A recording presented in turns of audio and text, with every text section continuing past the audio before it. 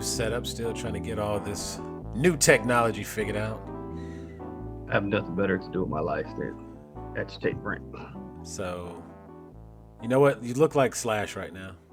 This was my Halloween costume. I was Slash. Ah. Well, then it was successful because I immediately said you look like Slash. So, good job. Good job. Kudos. If I can find the picture, I will send it to y'all and you will say. Because I had made a guitar and everything out of like cardboard and had a little iPod inside it playing. Okay.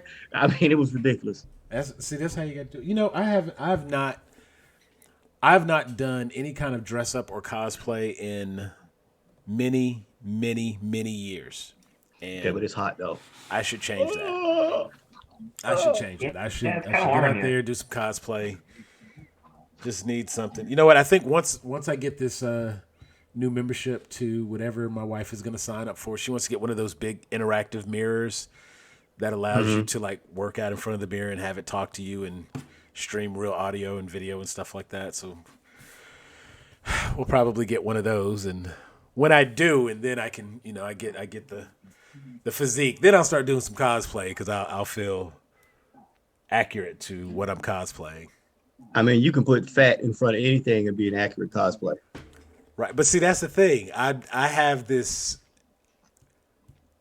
If I could put fat in front of it, that would work because then I could put fat in front of it. But it's like I just have this weird frame where it's like it's not as muscular as it needs to be, and at the same time, it is like not quite skinny, so it just doesn't work. It doesn't make for a good Superman. Like I have to really try to explain the whole sunlight thing for it to be convincing. No, you remember the it wasn't a what else? It was a Real World that DC did back in, I want to say, the 90s. It was a Real World series where they had the real people dressed up like the superheroes, and it was a real world Superman, and he was just an average body guy. You know what? There is a documentary that was out for a while, and they covered these people who, walked the strip on Hollywood Boulevard and whatnot, and I think I saw the that Chinese theater. And there was one guy who did Superman. I mean, his face, flawless. He looked just like Christopher Reeve. Had the black hair, had the little S. Dude was like being skinny. I know who you're talking about. I used to live in LA. And that guy he's still out there. That's so awesome. So it's like I got to make it out there just to see him. So, ladies and gentlemen, boys and girls, people of all ages, thank you for tuning in. We are Grown A Geeks. We actually don't have a definite plan for tonight's show, but we're gonna do what we do, and we're just gonna have some great conversation. We've actually been having great conversation. We didn't record all of that. Maybe we'll, lightning will strike twice. We can catch lightning in a bottle a second time. Do another Key and Pill skit. I already got that. What? Lightning in a bottle? If you haven't seen that one, you got to check that one out. That one is hilarious. Talks about the goose with the golden egg. But anyway, so Tony, you had asked earlier. So here we have myself. I am in the upper right-hand corner. Tony is in the upper left-hand corner. This is Jeffrey joining us in the lower left-hand corner. And below me is Brent. For those of you who are just listening to us on Spotify or through Anchor FM or any one of the many, many services that you can find us, thank you for listening. And we appreciate you being here as well. We would try to make sure that all of our content is available to you verbally, give you that nice visual with our words. so that you know what's taking place and what's happening and what we're doing. And what we see, you will be able to see as well. I feel like I need to do, Brent, do you have your notes in front of you? Because I want you to do that quick Anchor FM ad that you do on your show, Gag on These Balls, the podcast. It sounds so great. And I need to do better and have it ready. Where? Well, you talk about everywhere that you can actually hear the show.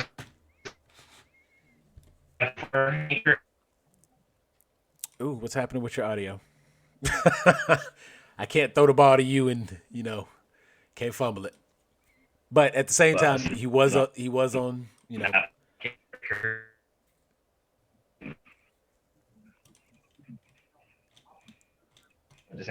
We good? We good. Well, I am. Are you? Okay, so. For Anchor, we have Apple Podcast, Breaker, Google Podcast, Overcast, Pocket Cast, Radio Public, and where I primarily listen to us on Spotify. All thanks to Anchor. That is pretty awesome. And the cool thing about Anchor, Anchor is super easy. To use. Yeah, it's super easy to set up and get started with Anchor. So if you have an idea for your own podcast, you can go to Anchor FM. You can sign up. It's free to sign up, and you can even monetize your channel right there on Anchor FM. And you could get sponsored. You could find sponsorship, and it costs nothing to join. Super easy to use. Gives you access to everything. They have all the tools you need right there in the app. So definitely check out Anchor FM. I want to give a big shout out to them for getting us going and getting us set up on all of these different platforms. It's easily been the most user-friendly piece of tech that we've ever used, or I've ever used for anything related to this. That makes me feel like a real genius. Yeah, because I will say OBS was not the move. It's been awesome, and it allows us to do what we do. But man, such a challenge sometimes. But I finally got OBS down, and then you tried throwing the curveball. Right, because we're gonna move to Discord pretty soon. We're gonna get off Zoom and switch over to Discord because Discord gives us a few additional options. And guess what? Discord's free. Zoom has a monthly fee. So if we can eliminate that monthly fee and not pay every month for something, then, we would do that. That sounds like the thing to do. So I am going to put my mouse down, stop scrolling, and what y'all want to talk about? We want to get back into that Star Wars discussion we was having, or no? We want to talk about there would be spoilers on that, and you know how that. You know what? Go. We will say if you were watching this, as with everything, let's just put it out there now. I'm gonna figure out a way to put spoiler alert on this show. So let me just say right here at the beginning, spoiler alert, because there's a very good chance that something gets said here that could ruin something for you. We may talk about The Boys, because initially that was what we were going to do. We were going to talk about The Boys, and we were going to talk about season 1 and season 2 of The Boys. And we could probably start there and just let the conversation go where it goes. So instead of having a moderator or a mediator, that is our official spoiler alert sign. We have it up there. Hey, it's short notice. All you need. Now, you know what I will say on our podcast show, we actually have a pre-recorded disclaimer. And so we can just go in, click, and boom, we have a full disclaimer. Because I don't do a disclaimer in front of my show. Brent is so super technical, and he's great with his, you guys, because Tony, you're on that show also. GAG that is correct. And you guys do a fantastic job. You all are up to what, 13, 14 episodes? I don't count that high, so I don't know. 17 is buffering on my left right now. 17 episodes. You know what I'm saying? Like, that show is single-handedly carrying this show. So we got to get Tony. We got to hurry up, and I got to get it right and get another top 5 video recorded. So I said I got to get it man, right. Were those not my words? Man, look, man. You know what? Just for that, it's your fault. So it's on you. You should have made it. You know what? I'll take it and I'll run with it. I don't care. It's my fault. Get another top 5. You know what? I actually came up with a couple ideas. See, we got to Look, we still got martial arts, westerns, horror part 2. And you know what? And I think that was I it. ain't giving away all the company secrets. Really got a shame on me for that because we missed horror part 2 and Halloween is over and like, dang, we should have did that one yesterday. That would have been the dope. First of all, I ain't giving away no secrets. If they think they can hang with us in movies, tell them to bring it. I'll take the challenge. Tell them to bring it. I mean, we you know what? That movies will be the first category. Jeff, when we gonna get our game show going, man? When we gonna do the chase? I'm gonna work on it. I'm gonna plan it out this week and hit y'all with like details and ideas, and then we can go from there. But yeah, I'm down to do that. All right, so I think Either the that, first category, something. First category needs to be movies because Tony's already put the challenge out there to the people. Said, bring it. What you got? Which just means I'm gonna brain fart and not remember nothing. That's basically what happened. But you know what? I'll be there that day. I'll be there that day. That normally what happens with me. Whatever it is, I'll be there. So we'll have. You ever have them arguments and you get good, and the next thing you know, you forget what you was gonna say, and then like 20 minutes later you remember it, but the argument's over. So like, yeah, that's me. What I should have said, why did I say this? You got him. That's all you. I actually had an idea for a show, something that I thought would be pretty cool, and it's really, really, really open, and I think this will be a good thing to do with our open mic format when we bring on some of our members as guests. It's an idea. It's called one-on-one. Ooh. And one-on-one is now it could be a format like this. Each of us, we got 4 on the call tonight, but one-on-one would actually be you take one IP. And you change one thing. It can be to improve it, to change it, something you personally didn't like, whatever the case may be. But you take one IP and you change one thing. Now, let's do it. For example, see, I know Jeff already he liked that one. The very first thing that came to mind, Jeff, you got something, maybe an IP that you would like to change one thing about that said IP? You want to take a moment? Yeah. What you got? Yeah. What you got? I'll do one. He don't need a moment. Airbender. Last Airbender. What one thing would you change about the Last Airbender? Fire M. Night Shyamalan from directing the movie. Booyah. There you go. Okay. Because we should be in a world right now with at least 3 Last Airbender movies. Yes, good ones. We could have done a whole movie on just the Air Nation. Could have done a whole movie on Aang, just coming out and discovering the Water Nation, the Water Tribe, and taking Katara to find a water master to teach her waterbending. Because that was how that started. So that's movie 1. Movie 2 covers. We would probably earthbending at that point.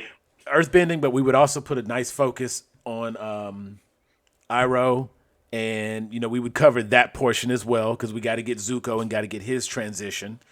By movie 3, you're now starting to kind of conclusion. Fire Nation. See, I think to do it right, it's going to have to be at least 4. Wait. What I would do, because the third movie is going to be a 2-parter. I wouldn't. Since the Fire Nation is such a big part of Airbender, I wouldn't just save them for one movie. I would sprinkle a little bit in 1, a little bit in 2. Don't have the main ones running around, but have, just have them walking around and doing something, causing trouble. Well, I mean, you get to introduce Zuko in the very first one. Right, but in some of the villages, they were in charge. So you could have that element. You could have that. Well, they showed that. They just did a very, very poor job of they took the one episode where it was like the earthbending town where people were scared to use their powers. They showed that in the movie, but it was and it took so much to lift up so much about the movie was so poor up until that point.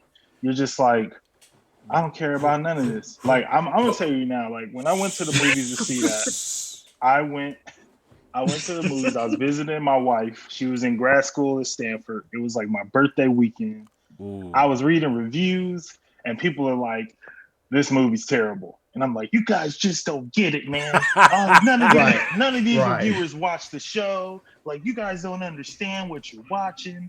And I mean, I was so hot, I felt like I was burning a hole in that movie theater seat when I was watching that movie. Like, my wife felt so bad. She was like, I'm sorry. Like, this is about to ruin your whole birthday weekend. I was like, nah, I forgot about it. I got over it. But I made a commitment then and there. I said, M. Night Shyamalan is never getting a single dollar from me ever again in life. I've not. People was like, oh, you got to go. No, I don't got to go see nothing. Okay. I got something. But my biggest thing about it is this. The reason why that movie did not have, like, we were literally in the middle of, like, everybody's building expansive cinematic universes. I know everybody's on Marvel because they did, like, the biggest, craziest one. But I mean, we were already in Harry Potter. We already had multiple X-Men. We already had multiple Ninja Turtles. Like, you were at least getting sequels within a single, like, storyline. Yeah. But we were discovering that you could do it outside of horror movies. That you could do something other than Saw and Friday the 13th and Nightmare on Elm Street. Can I make a confession and not be judged? Sure.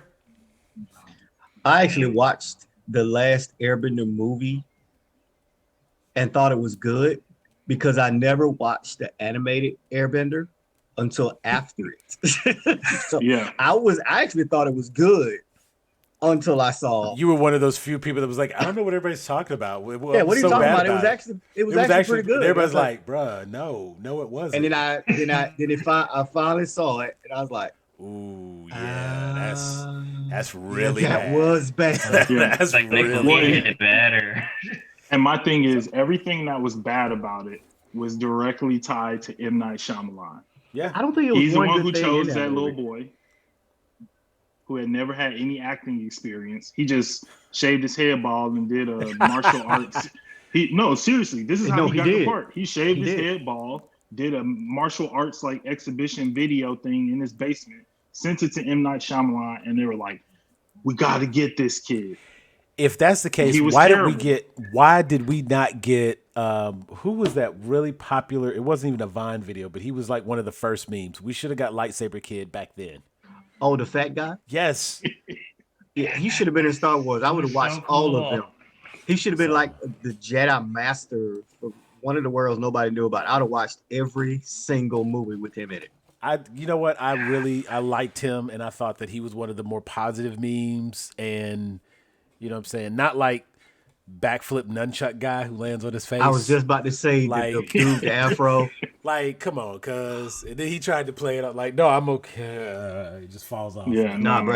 Okay, well, that's a good one. I definitely see you got the hang of this. You exactly. So, 1-on-1, Tony, Brent, who's got something? Well, Brent's frozen, so we're gonna let Brent unfreeze. And I don't know if it's one. I got one. Was that me? Did I change my headphones? I did. It's a movie. Well, Sam, we had this discussion earlier. Okay. About the mistake that a certain movie made of killing off a certain character. That's my thing. There you go. One movie, one thing. It's from the Terminator franchise. And it's them killing off John Connor. Which I think that is from the very first time you hear his name, he is humankind's salvation. There's nobody else. He has his generals, which was revealed, I think, in 3 or 4, one of them movies, where you see now the generals are starting to come in, but it's still John Connor. Yeah. And then for them to put out the last movie to go back again, bring back the CGI Arnold Schwarzenegger to kill a young John Connor. A CGI. What's the kid? Edward? Not Edward. Yeah, that whole scene was CGI. It was all CGI, and you kill off the one character that the entire franchise was based upon. Why? I need that to be. I just don't understand. And then you took the movie into a whole nother. So wait a minute, he wasn't that important if you just now replaced him with somebody else. Yeah. It gets to a point where it's not Terminator anymore. Right. It was like after what Genesis, I was like. Well, see, even in Genesis, was that the one where that's the one John where it was in fact it was John was the Terminator. So yeah, I'm like, see that right there, they lost me there, and I was like, I'm done. Okay. I think what they did You've made is a mockery of your own story. what I think they did was they tried to pack too much in the movies, because it was a couple of movies that it could have been stretched out, and then you could have had a better storyline instead of, okay, we did this here, now how we're going to do it again. You can't keep introducing new Terminators, because it's going to get to the point, just like in Dragon Ball Z, where it started to get ridiculous. You're going to have Super Saiyan, Ultra Instinct. It's been ridiculous. That's what I'm saying. You're going to have the Terminator that now he's a half dinosaur T-Rex person that camouflages and flies. I mean, it's at that level now. But see, the funny thing about it is, because you are dealing with the situation where you talk about time travel, it's almost becomes one of those scenarios where it's like, are we time traveling to alternate realities? Because it's really become a situation where it's Dragon Ball Z time traveling, not Back to the Future time traveling.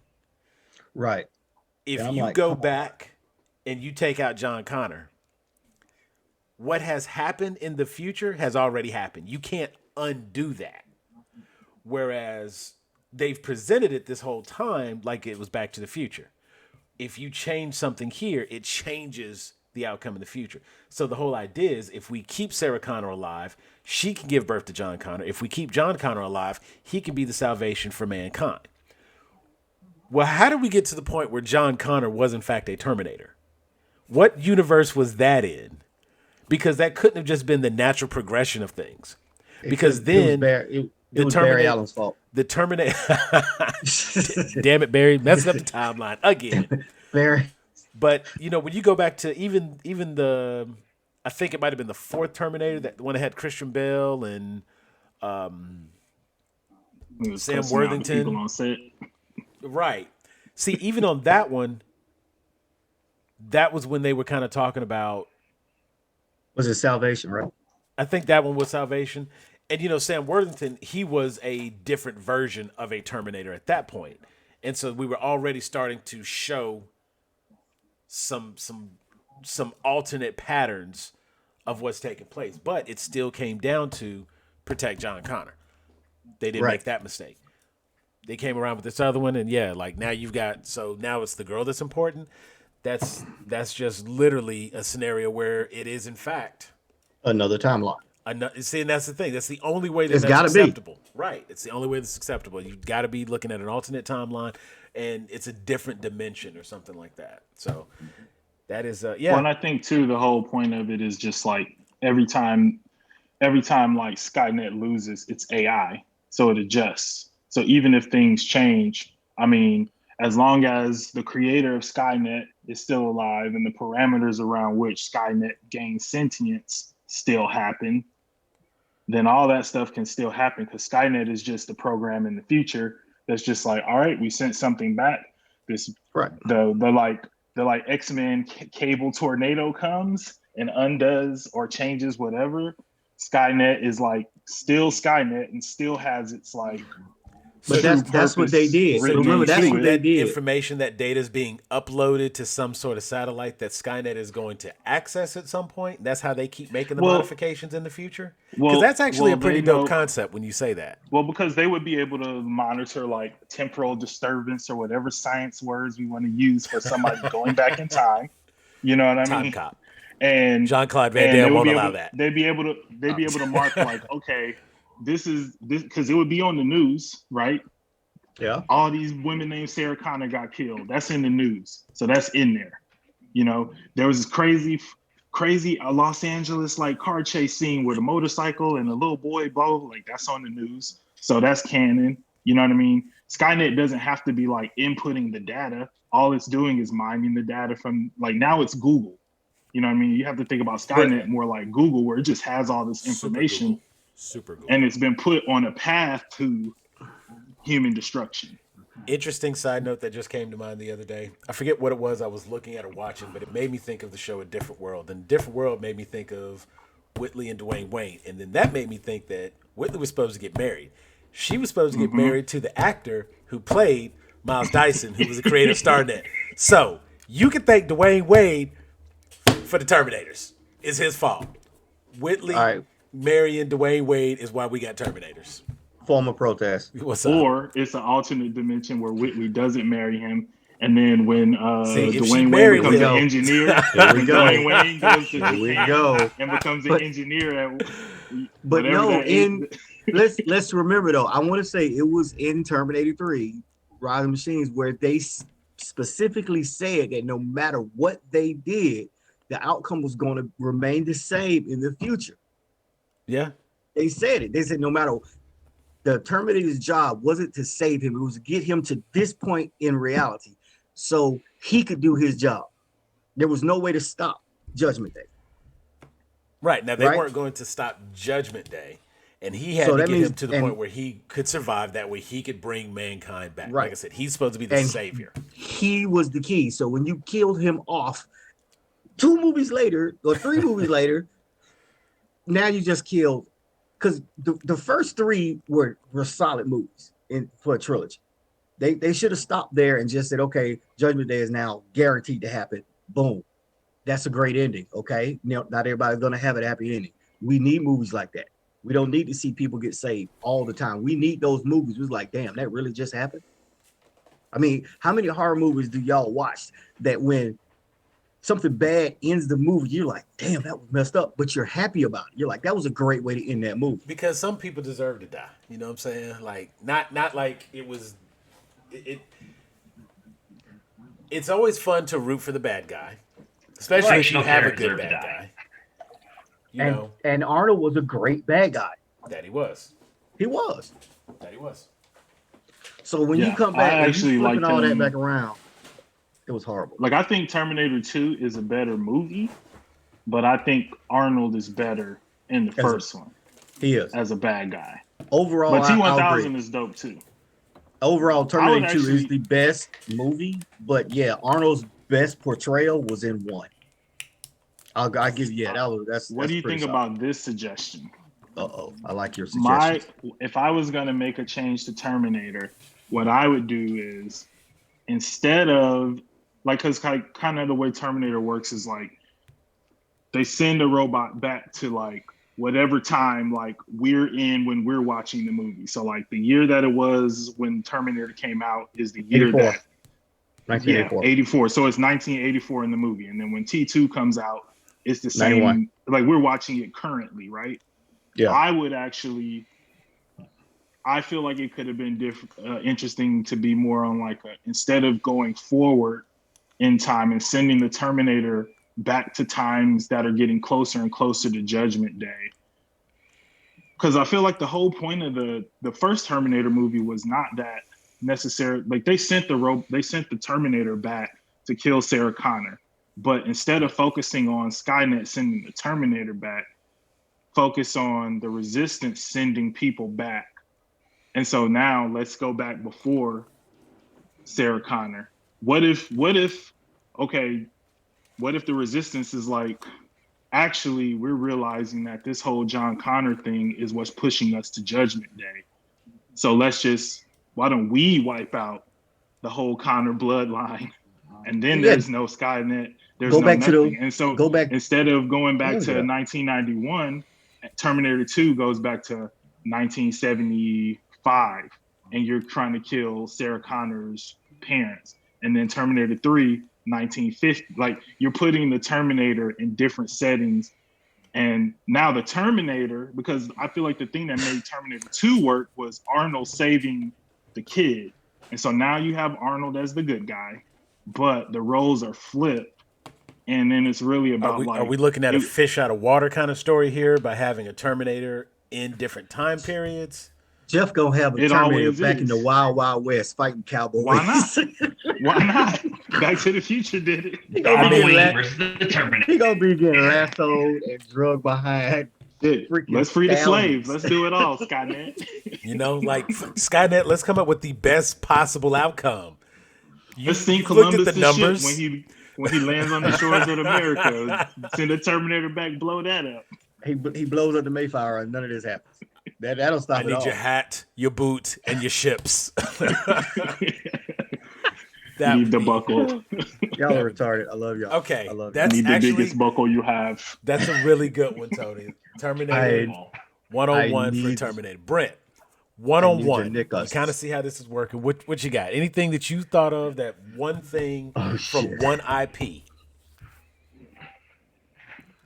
If I had to change one IP, it would probably be my bread and butter would be Star Wars. I would say if George Lucas had not gotten so damn attached to Jar Jar Binks as First of all, the main villain for the original prequels, how that could have ended up. First of all, we're not Your gonna say suggestion, nothing Tony? bad. We're not gonna say nothing Because bad that was about his Jar idea. Jar. That was his brainchild. Hold on. We're not gonna say nothing bad about Let him Jar finish Jar. his thought. Let him finish his thought. God damn it. So the one, I just want to clarify. I just That want to make was sure. more or less my thought. Like if The one thing you got, you got the whole Star Wars, and the one thing you want to change is George Lucas's attachment to Jar Jar Binks. That's the one thing you would change. They should have made Jar Jar. I mean, like you said, one-on-one, this is just popcorn. Like, because look, I could have been like, hey, change Hayden Christensen because he was trash. Okay, I mean, Ruined you only get the you only second and get the one. You only get one. You only get one. I know you could list off about 10 different things. That's why I asked. That was your one do-over. Do you want to stick with Jar Jar Binks' final answer? First of all, if you're gonna say Honestly, Jar Jar, Jar Jar Binks for that one, yeah. if you're gonna Because then say the second Jar and Jar, third movies would have been a much higher quality of product because he didn't have to change literally everything he had because the fans were like, no, this is ass. What if Jar Jar Binks didn't talk like an old slave? Would he have been a better character? Because I feel like part of the thing, part of the issue with Jar Jar. Relief. Well, but I think like Jar Jar was in like a bunch of serious situations too, and like when he had to cast like the Senate vote. But that holds a lot less weight when he's like, Misa think we need, you know what I mean? Instead of just like talking like a regular. None of the other Gundams spoke like that.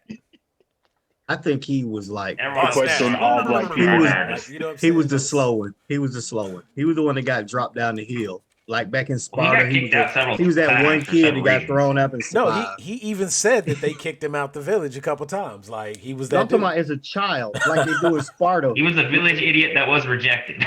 Think about in Sparta where they used to throw the kids off the cliff. Ugly babies off the ledge. Oh, because that one survived. That was Jar Jar. But see, that one that survived, they come back and they. So Jar Jar was the humpback who altered the whole story. But he still should have been like a supreme leader or something. See, even then, I'm about to say, like, if you he should have been just because of the backlash, I think it would have just been incredible to have followed through with his original plan. If he wanted to, and like I've actually read into that a good bit as well, Brent. So I know what you're talking about. And you say if he did not have that attachment, I say if you have that attachment, stick with it. Stick to your guns. You the director. This is your creation. Can't nobody tell you your thing better than you. So maybe he could have done something. And as a creator, I'm gonna tell you that's 100% wrong. And that's why so many creators end up ruining their own stuff because they get too attached to it, too pigeonholed. Because the issue is Star Wars was never originally this like giant, like epic thing that was across multiple universes and all. It was one movie, and then people liked it. It was one singular idea another movie people loved, and then people liked it. No, it was one story, and he took a chapter from said story.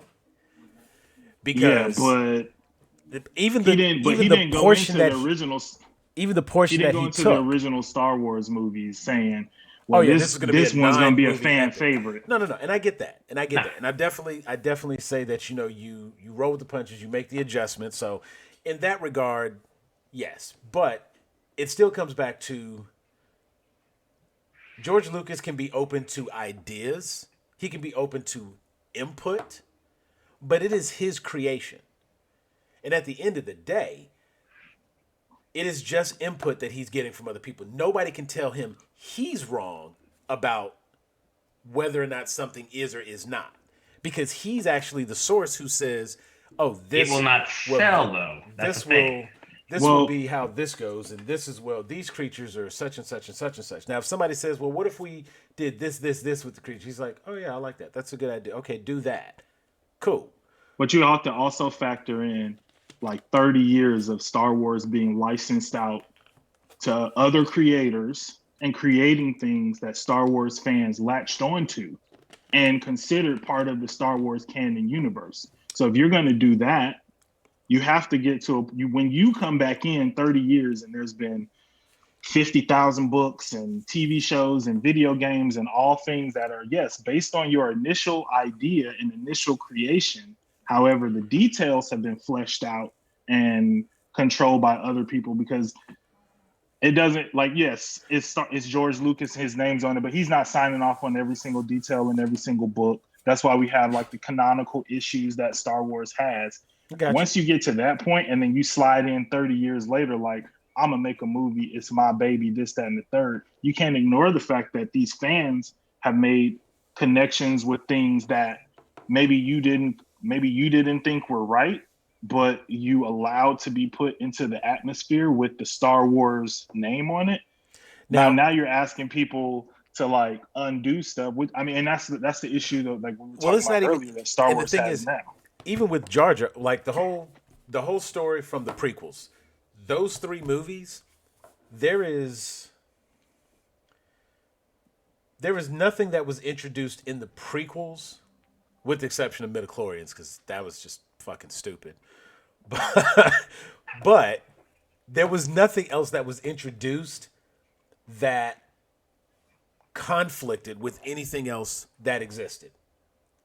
Because the entire race that was on Naboo, all the Gungans, you know what I'm saying, had never been mentioned, talked about, discussed, or, you know what I'm saying, had not been used. So since you have this entirely new character, this new race, these new creatures, you're telling technically an original story. You're not stepping on any of the toes of any of the books, because a majority of the books, a large majority of the books take place after Jedi. And because of that, the easiest and most logical starting point. Right. So since you're starting after Jedi, because technically that's all there was, we're talking about the prequels. So these stories did not exist at this point. So when George Lucas comes back in 30 years later, he doesn't have to worry about stepping on anybody's toes. He doesn't have to worry about undoing anything that anybody's become attached to, because he's going back before all of that. He's actually stepping on his own toes. He could have gone back even further and made a better story with new characters entirely. But he does have to worry about it, because if everything is happening after Jedi, he can't do something in the beginning that undoes the 3 movies that he has or any of the other stuff that's considered canonical. Because if you do something before and you say like, this person's from here, but then we have a book where it's like, this person's from here. But see, that's Jar Jar would have undid the whole Palpatine thing. Jar Jar would have usurped Sidious. Therefore, the original trilogies would have did shit, because they'd be gone. But because you'd have Jar Jar under that hood as opposed to Sidious. It changes the whole complexity of everything that you just established that everyone loved. And all you have to do is, I'm not even talking about, you just make him Plagueis, and we get past that part. But for me, I'm not even talking about necessarily like specific things. I'm just more talking about like the energy and the like vibe of Star Wars that people are going into it for. And I don't think people were going into, like, there's nothing in those like original movies. Like, to me, I always saw Star Wars as pretty serious with like some humorous elements. And Jar Jar's like energy to me didn't fit with what I felt I knew about Star Wars. Like, looking back now as a person who does, and looking back now as a person who like makes consumer products for licenses,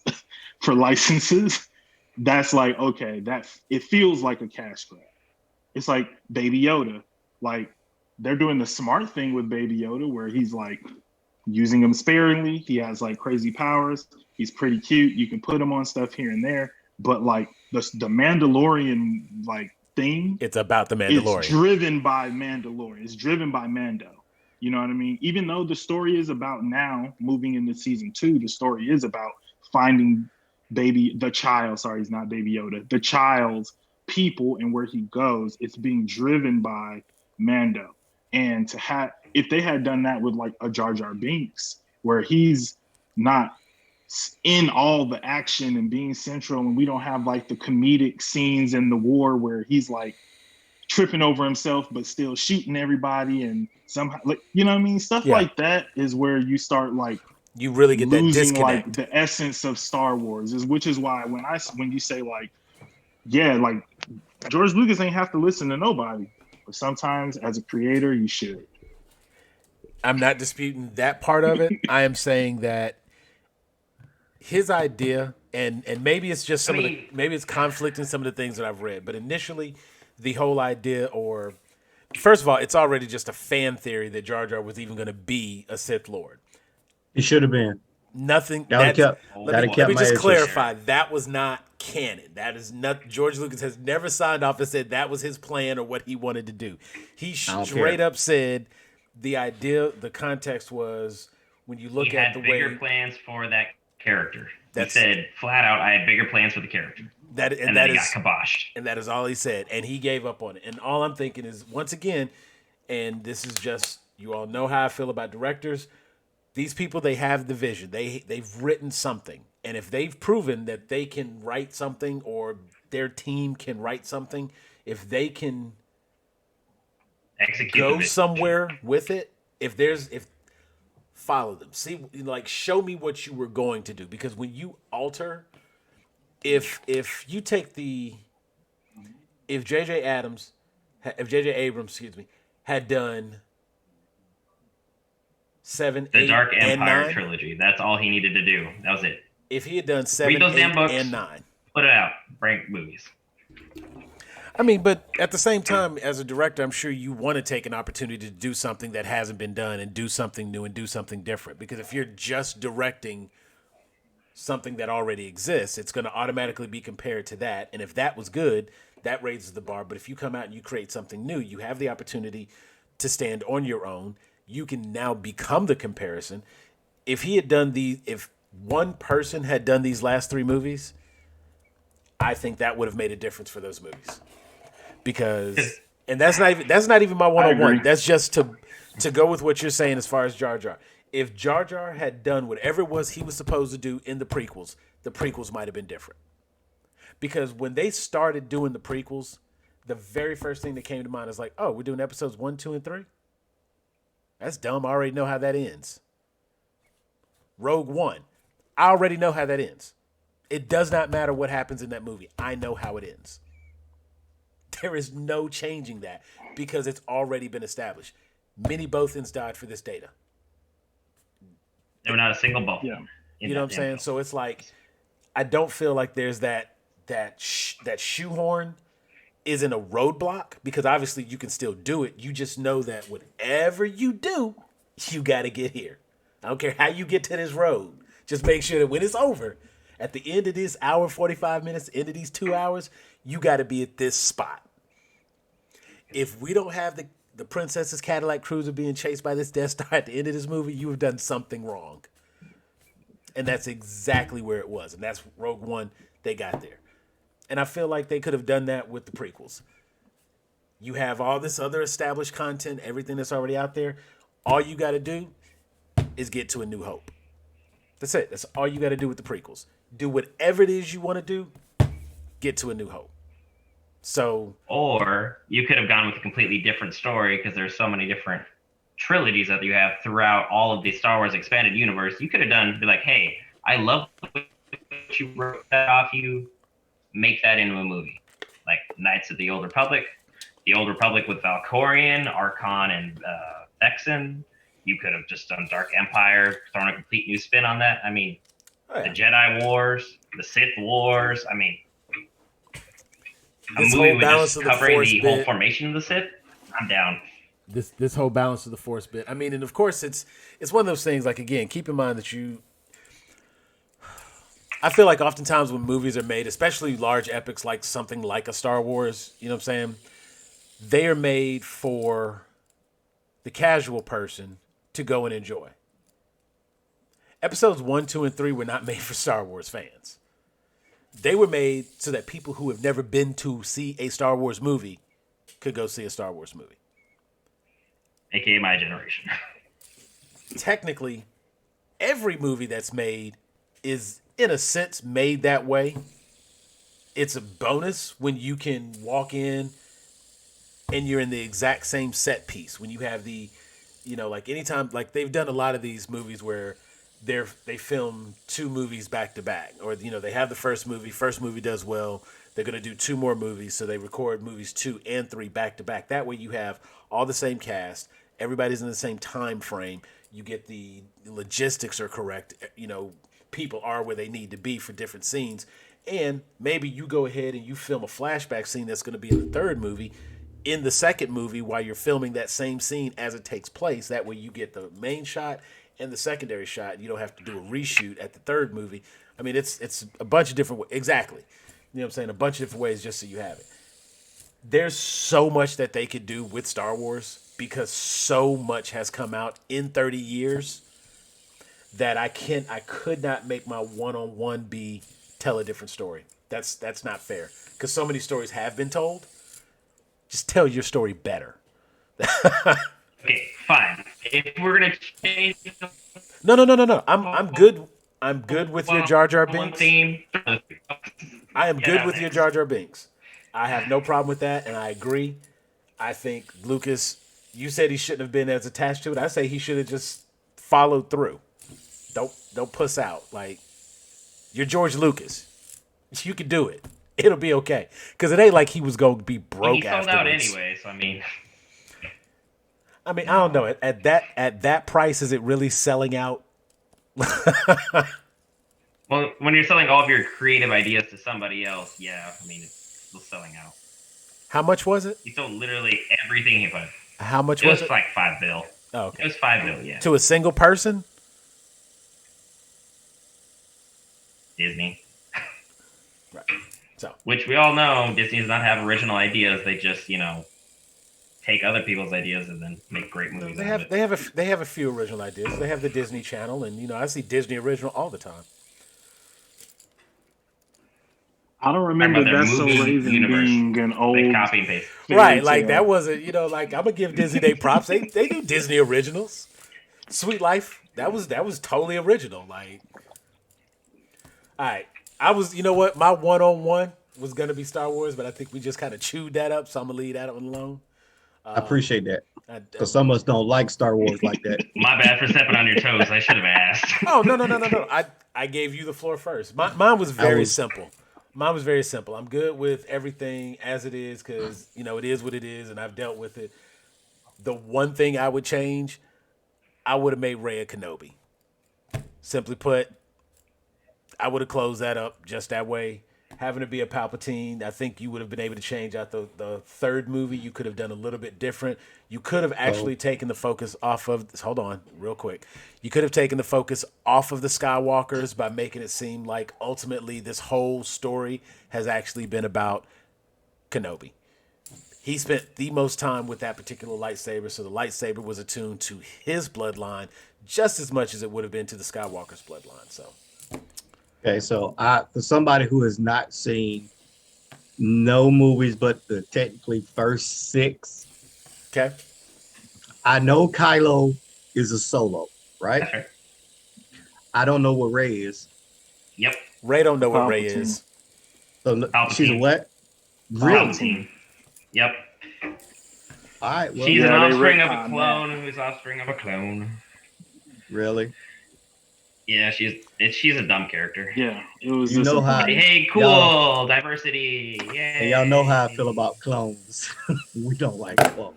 I mean, I'll say this. I'll say this about the newest trilogy, because I think if I had one thing to change about Star Wars, it would just be resist the urge to unmask and explain everything. Because it's the only reason they made the episode 1, 2, and 3 was it's a Darth Vader prequel. It's how does Anakin Skywalker become Darth Vader? And that's it. And even though it's about how Anakin Skywalker becomes, even though it's about that, we don't see Darth Vader till the last 10 seconds of the last movie. So how much did they make us sit through to watch that journey? I don't care about him falling in love with his babysitter. I don't care about him. Like, you show me a pod race, show me him flying the ship. Fast forward, Literally, we only needed episode 3. We only needed episode 3 to see the rise of Vader. You needed parts from episode 2. You needed episode 2. What part did we need? Order 66. You would have had to cover Anakin's mom being killed. Anakin's mom has to be killed. In a scroll. That's to be in a Star Wars issue. And then Mace Windu just being like no to everything Anakin. No. You could have took those 2 parts that make all of that could have been in the order. Boom, he's done. You could have took episode 1 and 2 and put it in 3. Yeah. It could have been like the first 30 minutes of 3, and you could have ran it from there. Since they already showed us. But you were saying only episode 3, like, you have to cover how his mom dies. He's got mommy issues. It has to be covered. It has to be addressed. But it doesn't have to be seen on screen. It can be in a scroll. I mean, we're getting into like Martha and Thomas Wayne territory with some of the Star Wars stuff too, where we just rehashing, and it's just like, fam, I honestly don't care how he became Darth Vader. Darth Vader is much cooler as a mysterious figure than he is as like a boy with mommy issues who fell in love with his babysitter and then couldn't trust her. And you know what I mean? Like, and again, that's the Obi-Wan soap opera because he thought Obi-Wan turned. I'm telling you, the whole Star Wars saga is about the Kenobis, not the Skywalkers. Well, yeah, Obi-Wan's the one who trained him against the advice of the council too. So Obi-Wan is the one. It's his fault that he even exists to begin with. But for me, I'm just like, why does everybody got to be a Skywalker or a Kenobi or like what is this Dynasty? Yes. Like, why is everybody like Galactic Dynasty? Did you really say Dynasty? This is Galactic Dynasty. I mean, it pretty much is. And that's not a diss on Dynasty or soap operas because I do enjoy them. First of all, Dynasty, Dallas, all that. Let's say Dallas was really the one with the 2 families feuding. Like that was the one. Yeah. But I knew what you meant when you said Dynasty. I was like, I get your point. That was a good. So for me, it's like, I'm just like, why don't we just tell a Star Wars story where, like Mandalorian, people are showing up, but these are original characters. It's set in the world, like the world is there. The universe has been built. Let's just, because I don't think, like you were saying, like most of the movies are made so that people who've never gone to see a Star Wars movie before can go in and see a Star Wars movie. And I would say the same is true about something like Mandalorian. But Mandalorian is not hung up on and is not hinged on like being so, because like sometimes when you watch Mandalorian, it's hard to even remember where in the Star Wars timeline it is because it feels so removed. Like I talk to people and I have to remind them like, actually it's after Jedi. This is after Jedi. This is between Jedi and like because the Empire fell, so it's right before you get to the new crown. Empire Strike, But you don't see that a whole bunch in Mandalorian. They're not like hinging the whole show on like, remember, like Darth Vader just died. You know what I mean? Like people aren't like constantly talking about it. And you know what's funny? Like a backdrop. They did start episodes. Wait. First episode of season 2, though. Wait. Let's make sure we specify. If you have not seen Mandalorian season 2, episode 1, stop listening right now. Stop listening. Watching. Go watch it and come back. I wasn't even going to go into any spoilers about what happened in season 1. But literally what you just said, and I know exactly what Brent was about to say, so I caught him on that. But having said that, spoiler alert. Brent, please continue. Season 2, episode 1, literally his whole story, when the Marshal is talking to Mando, he saying, everything was fine here until the second Death Star blew up. So it puts you at a very specific time rate, and then they said a couple years afterwards, then everything that transpired in that episode happened. See? Minimal spoiler. Still cover the content. But that's for us people who are Star Wars nerds or understanders to like, that's like a quick reminder of like where we are. My wife watches it. She don't care. She don't care that this is after the second Death Star blew up because it doesn't have anything to really do with like the actual story happening right now. I mean, it does have something to do with it because it does set into like motion a chain of events, but the story that's happening in that actual episode is not like directly tied to like, well, if we don't do this, they're not going to be able to blow up the second Death Star and Luke's all the way across the and like that's my problem. Like when you have to like when I feel like they just are bringing it's like anytime anything gets like a little bit outside of the Skywalker saga, like with Last Jedi and Rian Johnson having the balls to be like, actually, you're a nobody. You just are a person who has the Force. These things happen because life is chaos and life is random. Sometimes you're gonna like stumble upon certain things. I love that he burned the books and the tree and all that, and was just like, all this is The garbage. sacred Have text. Yoda come back and say it. You know what I mean? And then to just come back and that next movie, like, actually, did you ever guys actually again read that book? Come on now, you didn't read that book, Luke. Stop. You didn't read that book. Look at it. It's dusty. Look, Right. let me Let say something so we can change the topic because you know some of us don't really watch Star Wars like you geeks My bad. do. I'm gonna never seen it. I'm gonna Never seen a single movie or episode.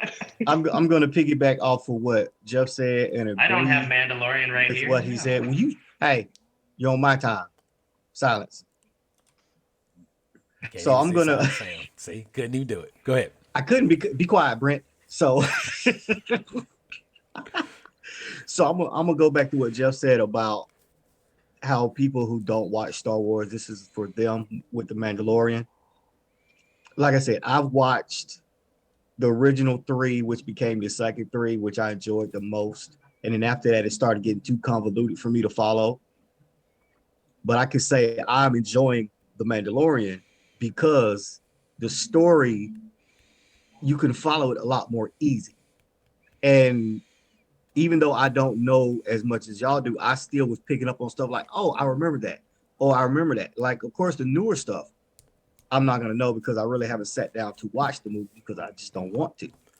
But it's more enjoyable for me because it's easier to follow. This storyline reminds me of the original Star Wars, how you just sit back and like, oh, and just get into it and not have to worry about, okay, what's happening on the side here? Or wait a minute, when did that happen? What did I miss? What are the governmental treaties that are in place right now? That Right, it's like, you see, man.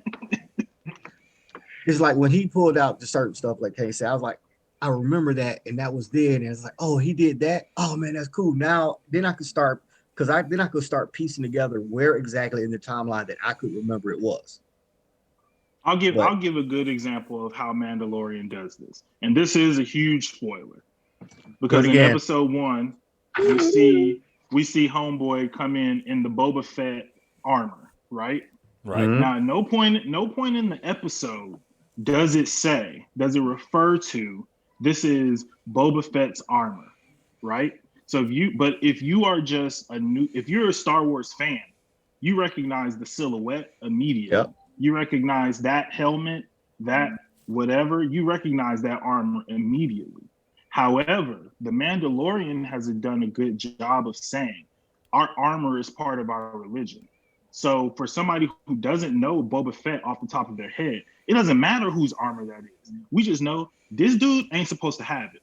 And the fact that he has it is a problem. We know this dude ain't supposed to take his helmet off and sit it down on the table in a bar full of people in the middle of the day. When he turned around and he did that little double step, I knew right then. I was like, oh, he about to get blasted. Exactly. So because Mando shows up and is like, I'm looking for another Mandalorian. So when you walk in, if you don't know that silhouette, even for people who know the silhouette, you're like, oh, is Boba Fett still alive? People who don't know is like, oh, that's the Mandalorian because he's got the armor. But then what they do is when he takes the helmet off, that's the cue for everybody. Everybody knows at the same time it's not a Mandalorian, it's not Boba Fett, whatever, because they established in Mandalorian that you don't take the helmet off. And they make such a big deal out of it that multiple times in season 1, that for this dude to be like, let's have a drink, boot, put it on the table. Like, that's the kind of thing that, you know, for somebody like Tony, you can get into it because you don't have to know all the intricacies of Mandalorian, like religion from these books and that book and this and that and all this other stuff that you don't necessarily want to read. They told you, don't take the helmet off. He took the helmet off. That means he's not who he say he is. I mean, I knew it because Boba Fett is one of my favorite characters. So it's like, yeah, I was like, wait a minute, this ain't right. Okay, that's not him. I know it's not him because I remember him getting eaten. So wait a minute, what happened? Then when he took it off, good. All right, I'm good now. I was like, and then when it's in the Jawa's like little shit thing, right? right. And then You don't like, have to necessarily know like it makes sense if you know how Boba Fett dies in the movies, but if you don't, you just know the Jawa steal stuff, and they have a big old thing because they tried to steal from Mandalorian in season 1. Yep. Now, one of the other cues that came in that was, this is one of those times where it was a nod to the fans, but it also kind of sets up a little bit for the actual episode you're watching, where they're talking about the Sarlacc pit. And he says, he's like, oh, that's an empty Sarlacc pit. He's like, I've never seen an empty Sarlacc pit. And then he's like, well, if the dragon ate it, if the crate dragon ate it, then there would be an empty Sarlacc pit. And then I'm sitting there and I'm like, huh. So maybe that means if a crate dragon ate, okay, yeah, so Boba Fett could be alive. You know what I'm saying? And this is just kind of goes through my mind. Then a little while later, we see more cool stuff happening with the Beskar armor. And I'm just like, okay, so that stuff's pretty durable and can kind of hold up a lot. So, but in my head, I'm looking at it saying that, okay, much like you had pointed out, they put it on screen, so now it's canon. Boba Fett's dead. Like that's what I see there. Well, it's not 100%. And given that he doesn't, I think they left it open because, like, they didn't say that it was taken off of a body or anything like that. They just showed the armor. They never even, like you said, it's never even specified that it is Boba Fett's armor. So, of course, if they want to go somewhere, but then, of course, you have to start looking into the backstory of Boba Fett. And unless they're going to do that on the show, which is kind of expected because that's the only other, at this point, that's the only other example they've had of a Mandalorian. We had Jango, and we had Boba. He was not Mandalorian. He just saw the sigil and took it. Right. And that's he did not adopt the religion. He just this is his thing. And that's my point. Now, he just did it for fear. But see, it also could have been one of those things where it's like, even right now, what we're seeing, like, okay, Beskar armor is a big deal. Clearly, it's a big deal. So if you best a Mandalorian and you take their armor, like, you've earned the right to keep it. Now, they're not going to let you keep it, but maybe I would think twice about running up on you if I see you running around in Beskar armor and you're not a Mandalorian. So that means you took out a Mandalorian. Okay, let me proceed with caution here. Not just run up thinking I'm going to just do what I do, because you clearly got some skill. And that's why he didn't just like, he was like, okay, look, I need that armor. He's like, we're going to do this right now, right here, right now. And the Mandalorian, I'm going to tell you why people are okay and can get into the Mandalorian. We watched Quantum Leap, the A-Team, MacGyver. We watched all of these TV shows that were serialized at some point later. They've been syndicated at some point later. And all of them had a similar format. I was even joking with the wife tonight. I was Hercules, like, you know what? Xena. I was like, you know what? This is like, what did I say? I said, this is Burn Notice and the A-Team in space. And she was like, what? I was like, think about it. All he wanted to do in Burn Notice was figure out who burned him and get back to being a CIA agent. That's all he wanted to do. That was the main goal. But every week he had to, like, help this person, help that person, help this person, help that person. That's what they did to pass the episodes, to get him from point A to point B. The A-Team, all they wanted to do was clear their names. Mm-hmm. But every week they had to help this team, help that, or help this person, help that person, save this farm, do this thing. It had a creature of the week kind of scenario. Quantum Leap. All he wanted to do was make the leap home. The Mandalorian he never did. Has the he never one. Did. Well, we don't know. They ended the series before we saw it. He never made it home. That's his destiny. Just keep leaping. It's just keep leaping around. That's his desk. That's all he can do. Hey, It's not on screen. there you go. See, it's not they- canon. Like I said, we don't know. We don't know. Maybe he did. They didn't show it, so we just assume he's still leaping. But with this show, you have the main story. Season 1 had its main story, and now we're in season 2. Season 2 has its main arcing story that's going to take, how many episodes going to be? 10, 13, something like that. However many episodes this season, it's going to take most of those to complete that season's story. And along the way, you're going to have these individual things that happen every week that switch up and change and give us our momentum. So I'm good with it, but it is definitely a Western, and they changed a few little things this season that kind of like they really playing up what they got right now. Because I started hearing like the sound of spurs when Mando walks. What up, Brent?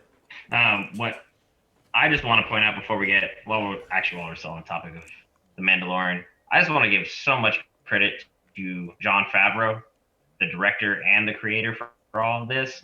That dude is absolutely on it. Jon Favreau is not only making it casual for like all the new content, but also still giving nods to all the fans who are deeper into the Star Wars lore, and still making it entertaining for everybody, no matter who you are. Because if you're diehard, you can be like, "Oh, I know what that is. I know what this is. I know what that is." Because he gives homages to all the original stuff, but he still got so much new original stuff, like the inclusion of the Tuskens using sign language. What the heck? That was brilliant. And they did that for one of their actors was just suggested. He was like, hey, maybe we should, include this community and start using sign language just cause. And they're like, oh, all right, let's do that. Next thing you know, the Tuskens are using sign language and grunts to explain what they're trying to do. And you're like, that made the episode so much better. So if you haven't seen The Mandalorian, you better check it out. Jon Favreau. Yeah, I mean, Jon Favreau is without a doubt. You know what? We've kind of come to find that there are just so many geeks in Hollywood. You know what I'm saying? And it is quite impressive. Some of the level of geekdoms. I would say he's probably our generation's well, not our generation, but I guess our generation, because we're like the adults consuming all this content. But he would be like the George Lucas, Gene Roddenberry of this generation. I mean, started the MCU and really did a great job of I would say modernizing the superhero film for absolutely. The new millennium. And literally because there where were I was other going with that. superhero movies that were coming out, and Superman Returns ain't hit like they thought it was gonna hit, and it did not. Christopher Nolan had his lane, and he definitely went one way. And I definitely feel like there would probably have been a lot of pressure on Jon Favreau to kind of take that angle with Marvel also. But he was the one who was kind of just like, it doesn't have to be as Iron Man's not dark. Marvel's not dark like that. It can be, but this element of Marvel is not dark. We're going to make it feel as much like a comic book on screen as possible. We're going to hire Robert Downey Jr. when he was essentially unhireable. He was blacklisted at that point. The time. You know what I mean? We're going to put Terrence Howard in here, replace him later, but and we're going to make a good, solid movie about Iron Man. And then we just going to put this little thing at the end where maybe we can do some Avengers stuff, and maybe not. Because even if you compare Iron Man to say Edward Norton's Incredible Hulk, to me, that felt more it wasn't as dark as Chris Nolan, but that end fight scene being so dark and so gritty, in the city, you're smashing each other with cars. You're not thinking about collateral damage and all these things that you kind of don't see in the MCU, because the MCU is I think the characters are very conscious of collateral damage. You always hear somebody's on the team of get these people out of here, blah, blah, blah, blah. You don't really hear that in Batman v Superman. Well, it was now, your own player. Now, in fairness, about y'all like that. And let me also say, anybody that could be cleared out was cleared out, and if they had that opportunity, that was there. Plus, it was one person taking on all these enemies. You know what? I'm not going to sit here and try to defend that. I get your point, and I'm not disagreeing. Continue. What if? Wait. What if you didn't hear it because secretly Flash was in the background, running around clearing out all the civilians?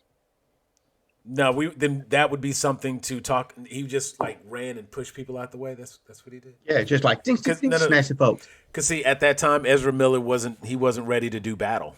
Like, see, he hadn't been recruited yet, so he was just like running and pushing. We're just crossing DC into Marvel now. That's the flashback like it's that not we a didn't thing. see.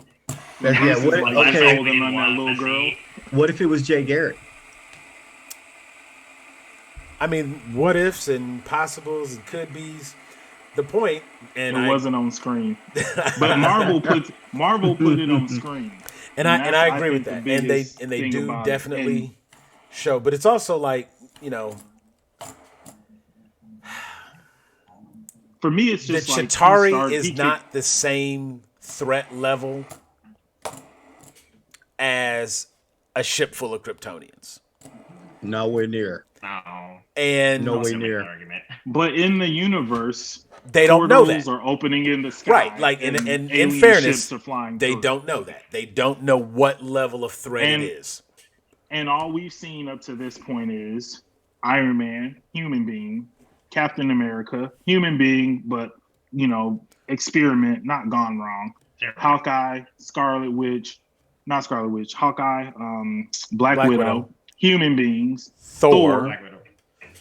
I mean, but it's not common knowledge that like Thor is like the god of thunder, because that was all like CIA covered up when the hammer went down in Arizona and stuff. So at the point of First Avengers, it's not just like Thor. Like Thor is not on like Jimmy Kimmel. Like, so you're the god of thunder. Tell us all about Asgard. You know what I mean? Like, so like, that whole thing is still under wraps. So the Chitauri showing up is really the MCU's world's like first like full-blown undeniable like meeting with intelligent life from other worlds.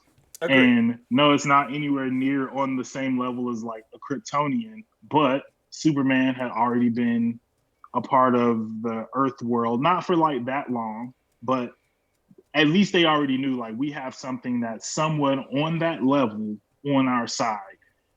Now he's busting up buildings and doing all kinds of crazy stuff. Well, just because he had already been hadn't he already been shown because he got arrested? No. And that's this is in Man of Steel? Yeah. Because remember now, he actually leaves the military facility to respond to the Kryptonian threat. Yeah. That's what I'm saying. Like, so they only have a Superman. They knew because like maybe a couple of hours ahead. Like literally that takes place in like the same conversation. That's enough for me. Well, because if you show me a portal opening and then in either case, the point being, as far as the people being saved and the people running away, the point being, there was one person. He did not have a team that he could consult with to say, get these people out of here. He was in the midst of battle, and I didn't see, I didn't see Hulk telling nobody to move or get out the way. You know what I'm saying? He was like punching shit because that was the point I was making about like Edward Norton's Incredible Hulk. Right. But then when it shifts to Mark Ruffalo, it definitely goes the more comedic route. Like we see Hulk, and it definitely is a lot more like, I think Mark Ruffalo's like portrayal of video game Hulk. His portrayal is a lot different than Edward Norton's, because Edward Norton is like, I'm just this one man on my own on a mission. Nobody can help me. Blah, blah, blah. You know what I mean? And I felt it was a lot darker, but like Mark Ruffalo's feels more like, okay, I kind of got this as under control as I can be, but I recognize that like he has more anxiety about it, and I felt they did a really good job. They did a really good job of showing the Hulk's growth as Banner, because when they first go to capture Banner or recruit Banner, and Widow comes in and he's sitting there at the table and she's sitting on the other side of the table, and he did the little bit like that and kind of startled her. You know what I'm saying? Homegirl was like up, gun drawn. And then she was like, no, stand down. You know what I'm saying? He was like, yeah, that's what I thought. How many guys are outside? What, you know what I'm saying? Because it's like, that was one of those moments where that could have just as easily have been the Edward Norton type character.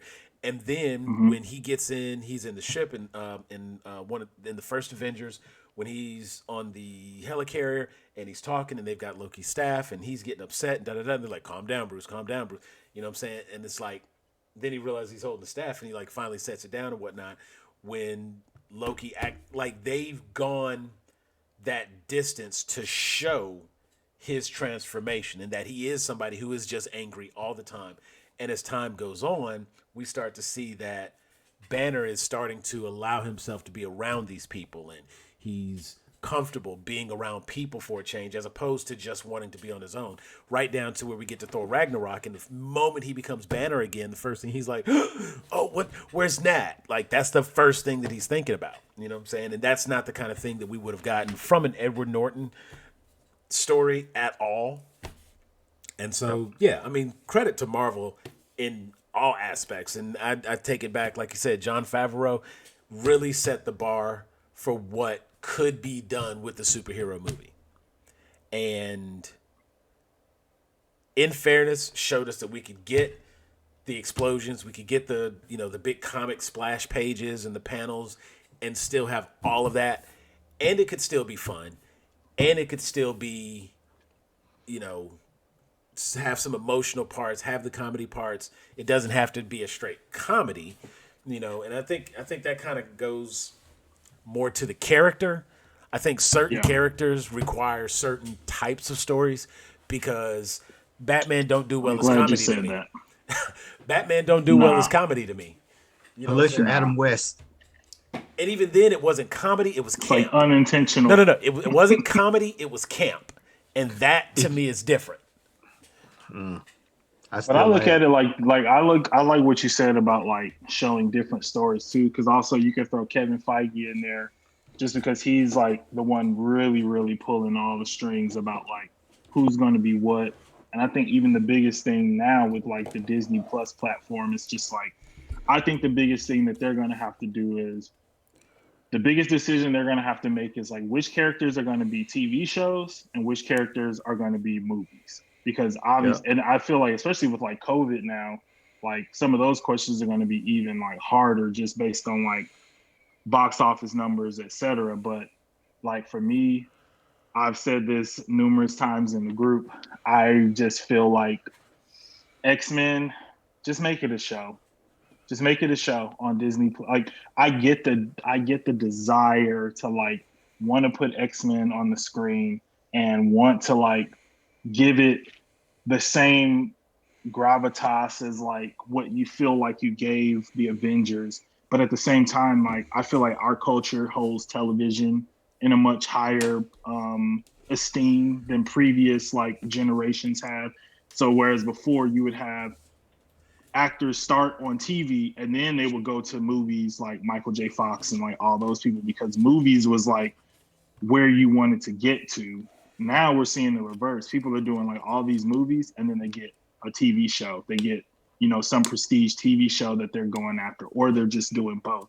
And I feel like because of the different stories, the number of characters, the different levels of like relationships between those characters, the different rosters, you're just better off trying to tell a story over a 10 episode arc than you are 2 hours, because then you get back into, because like if we were going to do another one-on-one and I was going to pick the X-Men movie series, my change would be not having it so dependent on Hugh Jackman's Wolverine, because that's when you get to the point where you're like, that might be my one-on-one Hugh Jackman's Wolverine. Yeah. And that's not to say like he didn't do a good job. I'm just more talking about the movie's like dependence on that character as opposed to highlighting the team. And I think that is strictly because it's a movie, and movies need a movie star. It needs a best actor. It needs a best actress.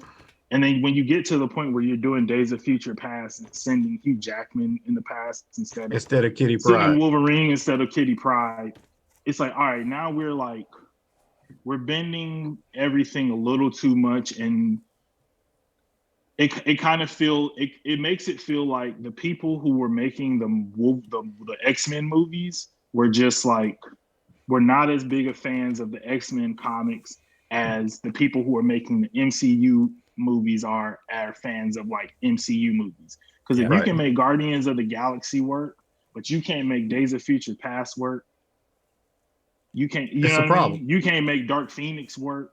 You can't Twice. You can't make all this other stuff work. You can't give me a good Cyclops. Given that you have, and see, the crazy part is they have James Marsden, who is actually a decent actor. You know what I'm saying? Like, he got the CGI part down because he's done like 3 movies with CGI characters, so there's no reason for him not to have that CGI down pat. But I definitely like the idea of going with a TV series over a movie. Game of Thrones has shown us that you can do big budget, you can do grand spectacle, you can have all the gravitas can still be there. You just spread it out. It doesn't have to be squeezed into 2 hours. You take that 20 million, 30 million budget, and you give me a great X-Men series live action, as opposed to taking a $250 million movie and giving me a 2-hour crap fest. Or giving me 2 hours of more Wolverine, because that's all you're ultimately going to do.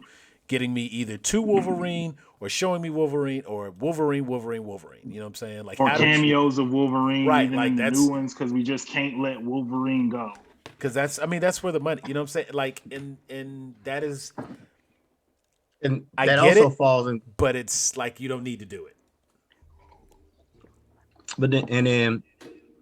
Again, that also is what we talked about earlier when we said no more Joker. That's DC's moneymaker right now. Is you think of Batman, you automatically is going to think of Joker. See, that's slowly transitioning. And see, Joker's actually spawned off into Harley Quinn.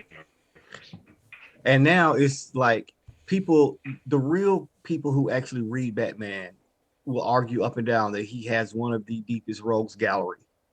And it's between him and Spider-Man, in my opinion. Those are the two that you could argue back and forth on. You could just pick, you could throw it up against the wall and you could get 3 solid villains from them to anywhere in their history.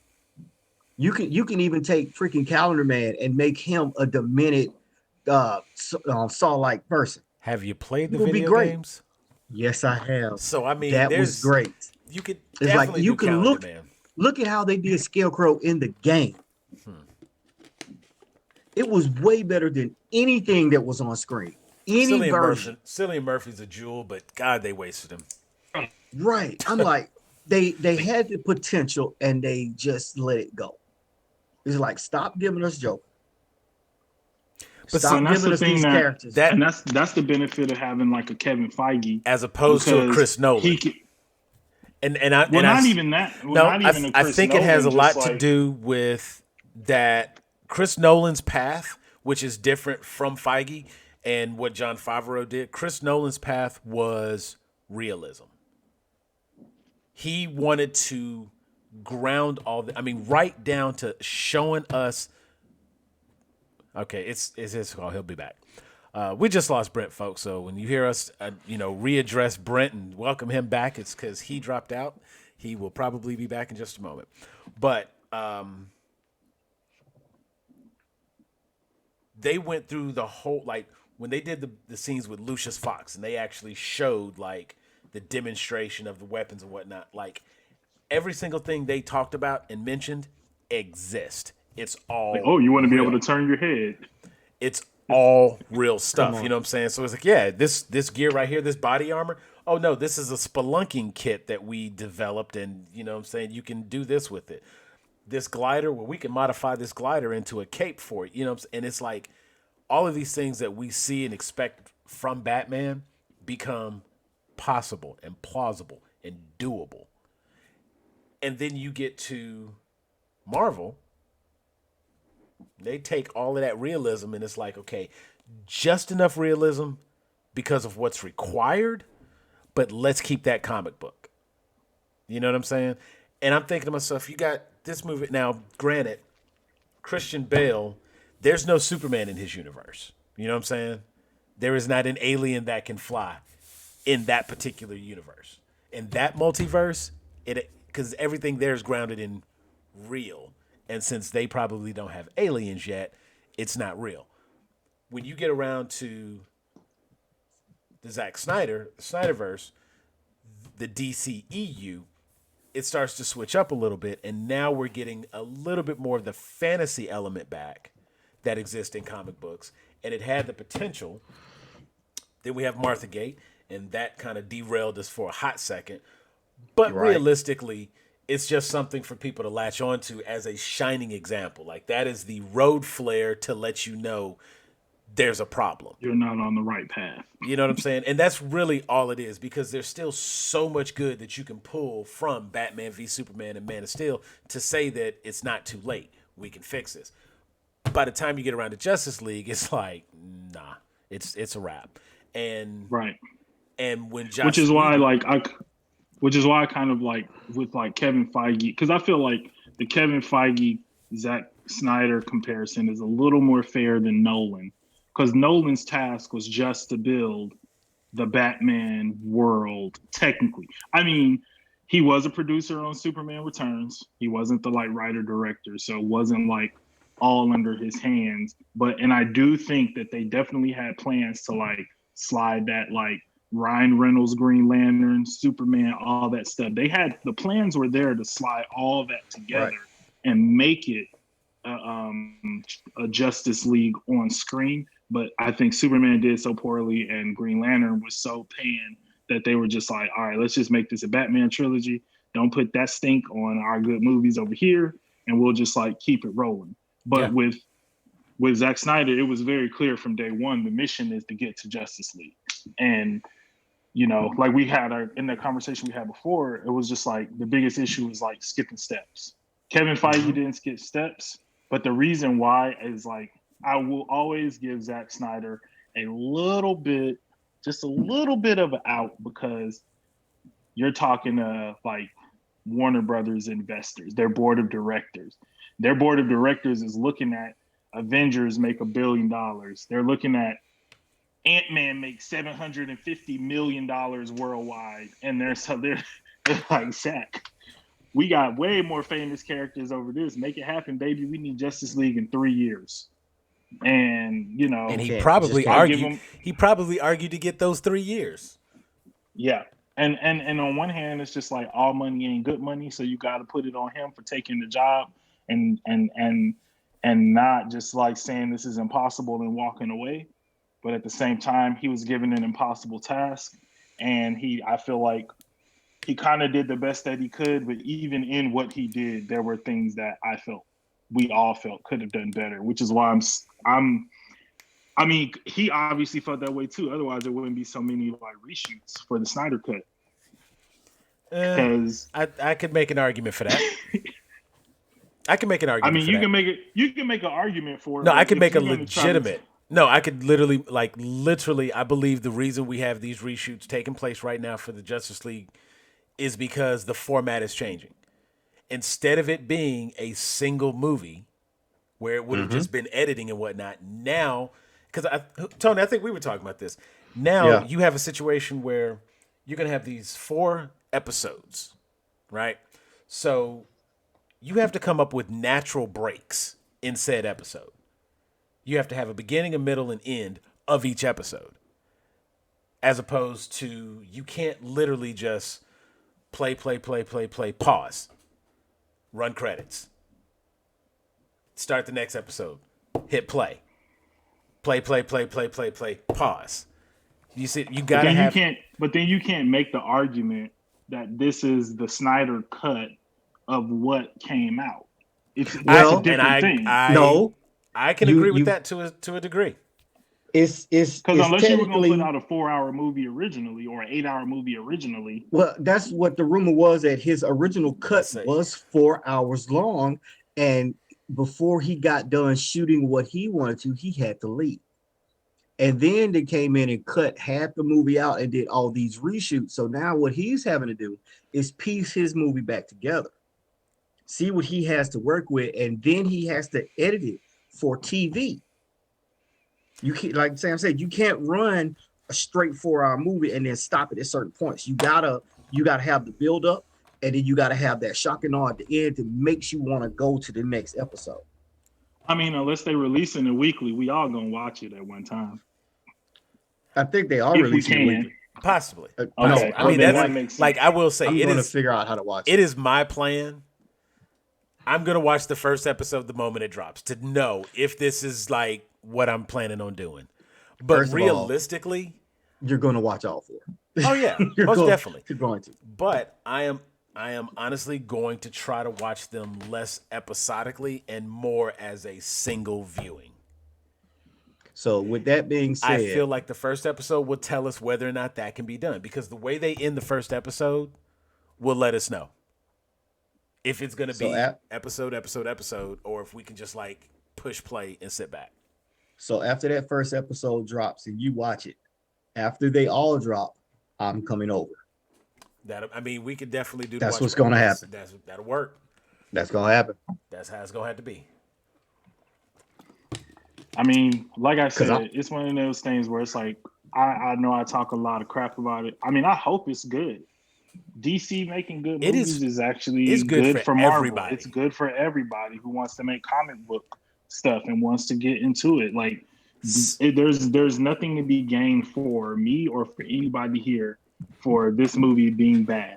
And I want him to prove me wrong. I want to be wrong about Zack Snyder, but somebody's first example of a comic book movie may have been Justice League or Batman v Superman, and they may have been so polarized after it that they did not go and support one of the other movies that came out with Marvel, or they may not go and support something like Bloodshot, where we got variant comics. Because if we could get Ninjak on screen, if we could get Bloodshot was not good. And well, I'm not saying, but my point being, hold on, but the point being, why is it not good?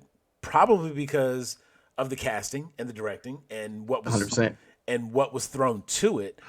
But it's probably equally as difficult to try to pitch these things because for every time you talk about making the next Avengers, somebody's like, well, how do we know it's not Justice League?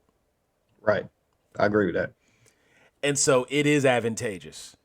And it's more likely that it'll be Justice League because Justice League actually has the more well-known characters, and the ball got dropped with that. And that's why they figured they could just come out with that before doing the Marvel way and building up to it. They figured, well, our characters are more well-known, people like us more.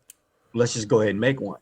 I'll say this: I don't think that they necessarily needed to do a 10-movie build up to get Justice League right. They could have done it right. You have Batman and Superman. You have Batman and Superman already established. You don't need a movie about them. They did great with Wonder Woman. You did great with Shazam. You did piss poor with Green Lantern. Keep in mind they had Aquaman at this point. Aquaman was not bad. I like that. Yeah. You got those three. You could have thrown cameos in there for the other ones. And you could have went from there building your Justice League. Well, my whole issue was just like the way that it felt like they introduced certain characters. It was forced. Don't introduce, like, I'm sorry, Wonder Woman deserves more respect than to be introduced in Batman v Superman. She's part of the Trinity. She's the Trinity. Yeah. In my opinion, and like whenever I talk to geeks, I always end up going through my foolproof DCEU plan that I felt like they should have done. I think we may actually have this on. I think this is recorded somewhere, but you could play it again. It's probably written down.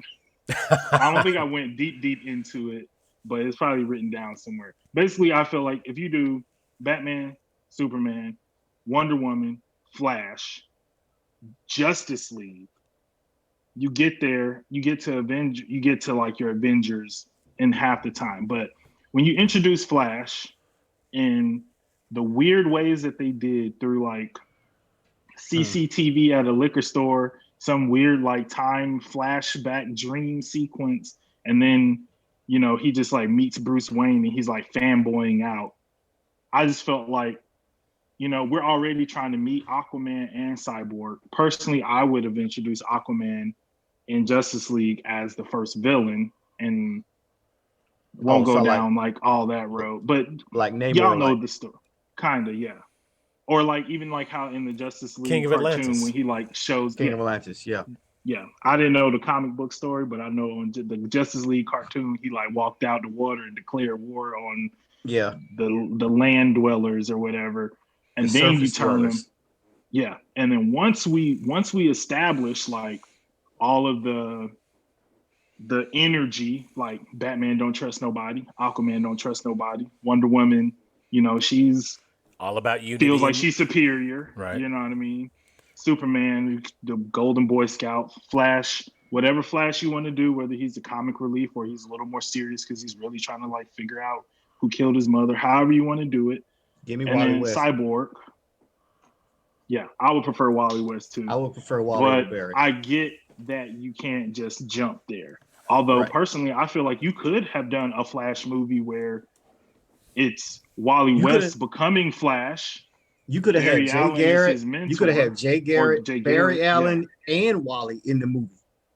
Yeah, and you could have had all that in there and just had Jay like, okay, I'm done now. You don't even need to run around. Just have him talking to Barry. Okay, now you're the Flash. And then, oh look, same thing happened to Wally. Guess what? He needs training. Come on, sidekick, let's go. And then run next. Yeah. Or for me, what I would do is I would have actually. So what I would have been doing is at the end of all of these movies, right?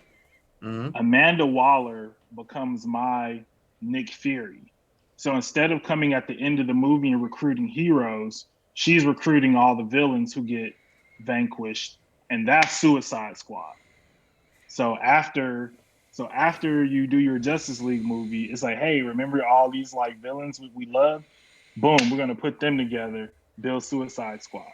Then when we go through our second round of solo movies, that's when we introduce Robin. That's when we introduce Aqualad. That's when we introduce, all these people. Arrow, all those people. You can throw all those in there. You could throw the B list Justice Leaguers in there. And then then we get another 5 movies, Justice League 2, into Justice League 2. Justice League disappears, whatever, blah, blah, blah, blah, blah. Young Justice. Oh, what was that? That was that storyline where they did disappear and they had to call on the backups to take over. What was that storyline? It's like they disappeared and that's when Aquaman died. That was the Aquaman got. That was actually the story. They did that on the series Young Justice. Yeah, they did it on. Yeah, they did it. I remember on that. Young Justice. But it was a book where all this happened and they like disappeared and everybody took over. But like to me, I just felt like tomorrow. I feel like with DC, it definitely was one of those where it was just like you didn't take it seriously enough. And yeah, they was just banking on our characters will carry it, which no, that's not how that works.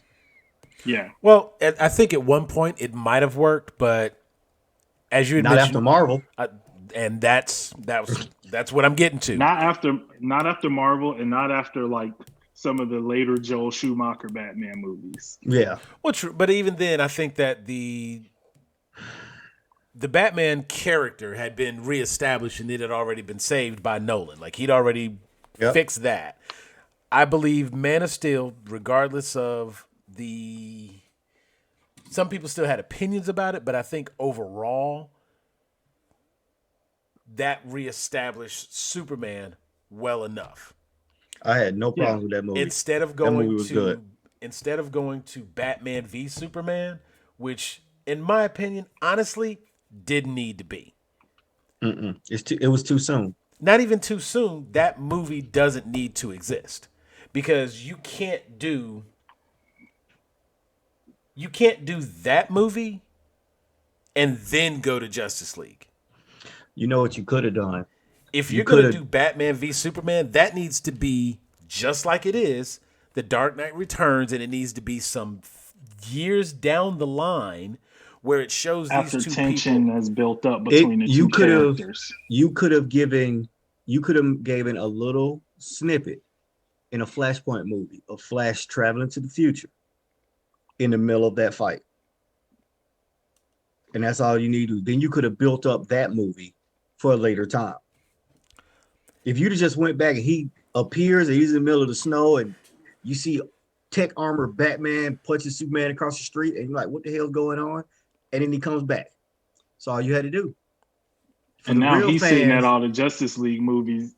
He's sitting at all the Justice League meetings, looking at Batman and Superman, like, yeah, and he knows this is going to turn into something. You know what? And it's every time they disagree on something, he's like, is this going to happen right now? Is this the one? Is this? And that's why. Or he's always trying to like step in, like, guys, let's calm down. Just calm down. Yeah. I mean, because honestly, I think if you do like I said, we've already reestablished the character of Batman from the Nolan movies, so he's salvaged. You come in, you do the Man of Steel movie. Superman is fixed after Superman Returns. You hurry up and you get a Wonder Woman movie out. That's when you do your Wonder Woman movie. You do your Wonder Woman movie before you do another Batman movie. And you got your big three going. You then have the option to either do another Batman movie that you're going to establish as being different from the Nolan Batman. You've got Ben Affleck. You could actually have Ben cameo in the Wonder Woman movie. Let him be the one that she meets some point down the line after she's, she comes back, she gets the job as a curator, and it turns out Bruce Wayne owns the museum or whatever the case may be, and she meets him and they just, he's like, oh, there's some that you take that whole scene of them at the little charity event, and you put that at the end of Wonder Woman. You put that at the end of Wonder Woman. And if you really want to cameo it up, you let Clark be there doing a story, doing a report, and he just kind of ambushes Bruce Wayne. They have that little moment, and then she walks off. And then you can go to the Justice League animated version. Go to the Justice League animated version where Clark Kent recognizes Batman, and then Batman follows his home and like, I know you now, and have that whole thing. It's great. It's great. Actually, even past that, all you have to do is you have to establish that there is a new Batman. You establish that you have a well-established Wonder Woman from the series or from the movie. You have a well-established Superman from the movie. That gives you your Trinity right there. And trust me, like people would have been like, oh, I don't know about this Ben Affleck and whatnot. They would have felt the exact same way at that time. You could then either focus on Batman using the Justice League War New 52 comic, which is kind of what they did anyway with the parademons and all of that. You go right into that story. We can really stick in with Batman. You know who doesn't necessarily need a whole new origin story because it's still kind of fresh in our minds? Green Lantern. You go ahead, you cast your new Green Lantern, you put him in there, you let that story take place just like it is. You use this movie, we don't need another Batman origin, so we don't have to go through him having a solo movie. He starts out this movie, Justice League War. You've already got the other two. You bring in your Batman, you introduce your Cyborg because you're talking about the mother boxes. So I'm still good with them introducing Cyborg in this first one. But Justice League War is a two-parter, and you can get away from the shabby rushness of it by letting this whole movie is establishing the who, the what, and the why. That's it. So it's 2 hours of exploration, and that's where we get to know who Cyborg is. That's where we get to know if you're going to bring in Green Lantern or Flash or whoever that character is going to be. You bring them in, and you let them be, since everybody knows your characters, you let them be established characters. Maybe the person that everybody doesn't know because he doesn't have his own TV show, you don't need to do anything special with the Flash. We know the Flash. The Flash has had a TV show in the 90s. He's been in every version of the Justice League. He's got a current TV show on the CW. You know who the dude in red is that runs fast. We don't have to explain all that. That's where but I don't want the first movie with Flash to be Flashpoint. It's going to be. I feel like your first, I know it's going to be, but I feel like it's a cop out for like your first movie with the character to be like, well, I'm gonna just go back and change stuff. But it's like, what are you changing? I don't even really know you. And that's the only reason why I feel like for the DCEU, because it's so different, because it's different from the CW. Now, maybe we don't have to go into like, oh, my mom and this and that, and we don't necessarily have to show the like Super Collider event of how he gets his powers and all that stuff like that. Maybe he's just already the Flash in the red suit running around the city, stopping crime in Central City, and he's already established. And maybe instead of a file where he's just some random dude at the 7-Eleven stopping a robbery, the file is him in a suit actually like fighting crime. And like just like with Batman, where that character is established, we can jump into the middle of a Batman story. We can jump into the middle of a Superman story. We can jump into the middle of a Flash story. I think Wonder Woman is probably the one where just to get all the Themyscira and just to get all the mythology straight, you would need to do the origin story that they did for her. And I wouldn't change anything about how they introduced the character through that movie, except I would have had the movie come out before Batman v Superman, because I think meeting her in her movie is way more effective than like her just being the dude coming between Bruce and Clark while they having like a dick swinging contest at a gala. You know what I mean? So that way, when they show up at the end of whatever the movie you were pitching, where there's the gallery at the end, when she walks in and she's getting interviewed by Clark as the gallery like curator or whatever, we know that's Superman and Wonder Woman talking. You know, without having to watch the episode of Entertainment Tonight or read E Hollywood Reporter and know that Gal Gadot is playing Wonder Woman. Like, we know that because we've seen it on screen. We know that, like, if it gets active, it's gonna really be active because we've seen Wonder Woman doing work. Oh yeah, right. And can we just keep Mark Strong as Sinestro? I'm down with that. Can we do that? I mean, he was the shining point of the movie. Yeah. Honestly, you know what? Since he's Dr. Zavala, but if we're letting Evans do two characters, sure. I'm saying you got Thanos and Cable, and you know what? He's got enough makeup as Sinestro. I'm good with it. You can pull it off. I'm good with it. Honestly, my Green Lantern movie is not about Hal Jordan either. It's just like John Stewart. John Stewart. Gotcha. Like, first of all, I don't want Cyborg being the only brother on that space station with all the other people. Like, sometimes we need another brother to come in and let Batman know you punching a little too many low level drug dealers. I'm gonna need you to chill out just a little bit. Come up a little bit higher, take some of these kingpins out, take out the people bringing the drugs into the community. But I also feel like Hal Jordan, one, got his chance. We didn't really care. Two, like we've talked about this for sure. We all watched the Justice League cartoon. Yep. For most of us who don't read comics, because like we were talking about earlier with Star Wars, a lot of these movies are made for people who are seeing their first movie. You should be able to like walk in and get it. But most of us watch Justice League on Cartoon Network. Like, most people our age, like my wife watched it. So when you walk in, a lot of people expect to see Green Lantern as a Black person, because in so many of the like most modern tellings, it has been John Stewart has been that central Green Lantern character. So now if you want to do like what we were, he was on Justice League and Justice League Unlimited. He had his own run in the comics for a good little while. And the fact that they keep referring back to Hal Jordan, like John ain't been holding it down for a minute, it's a little telling. Either we can do the Flash thing we were talking about earlier, where Hal Jordan is like, it's almost like a flashback movie where John Stewart is going through this, and we can see Hal Jordan through whatever flashbacks or training or whatever, or just start the movie. I don't even know, honestly, the canon of how John Stewart gets the ring, but let's just start the movie with Hal Jordan getting murked in the ring going to find John Stewart. I'm trying to remember. It's a different ring. It's a different ring because he does not have Hal Jordan killed. No, Hal Jordan killed all the Green Lanterns and took all their rings. So and then he got Kyle Rayner, and then we all know what happened with that shit was so horrible. But I'm trying to remember how. Either way, I just want. We've had like start 6. With John Stewart. We got like 6 Earthbound Green Lanterns, or you had at one point.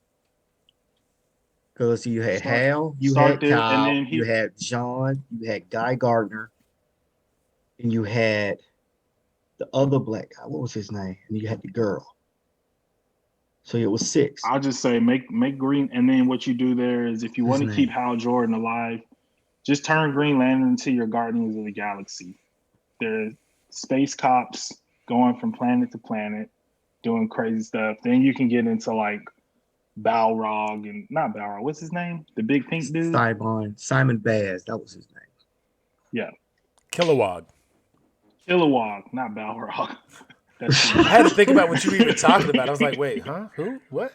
But you can get into Kilowog and all that other stuff and introducing like some of the aliens and like, I mean, if you're going to talk about Green Lanterns, you got to have Kilowog because he is one of the main base Green Lanterns. Yeah. You gotta have Sinestro early on. You gotta have Kilowog. You gotta have Alban Seward because he starts it all. Yeah. So, but I think even if you're just introducing like if you're introducing Green, so maybe it's like we can weave Green Lantern in there somewhere, but it's got to be some kind of like space story. Maybe that's like how we introduce. But my mind is not. Well, that's what my mind is not working that right was now. the rumor. That was the rumor they were doing with the Snyder Cut is that you were gonna have an old school lantern in there. It wasn't necessarily gonna be a Hal Jordan lantern, but they were gonna have a Green Lantern. I was thinking it might have been Alan Scott Green Lantern from back then. Depending on when that first battle took place. Looking at when that first battle took place, I don't think it would have been the Alan Scott. But it does show because even in the battle, you see a Green Lantern fighting. Yeah, So it's a Green Lantern introduced. So we know that the Green Lanterns exist, and as a result, it could have been anybody that they want to pull from space to come and help with this. That would just make it very simple to say that. See, with John Stewart, and this is one of those moments where it's like you mentioned it, so I'm help you out. John Stewart was assigned a ring. He did not. Nobody had to die for his ring to fly and find him. He was like, okay. So Hal Jordan? Actually, no. And it's funny you say that.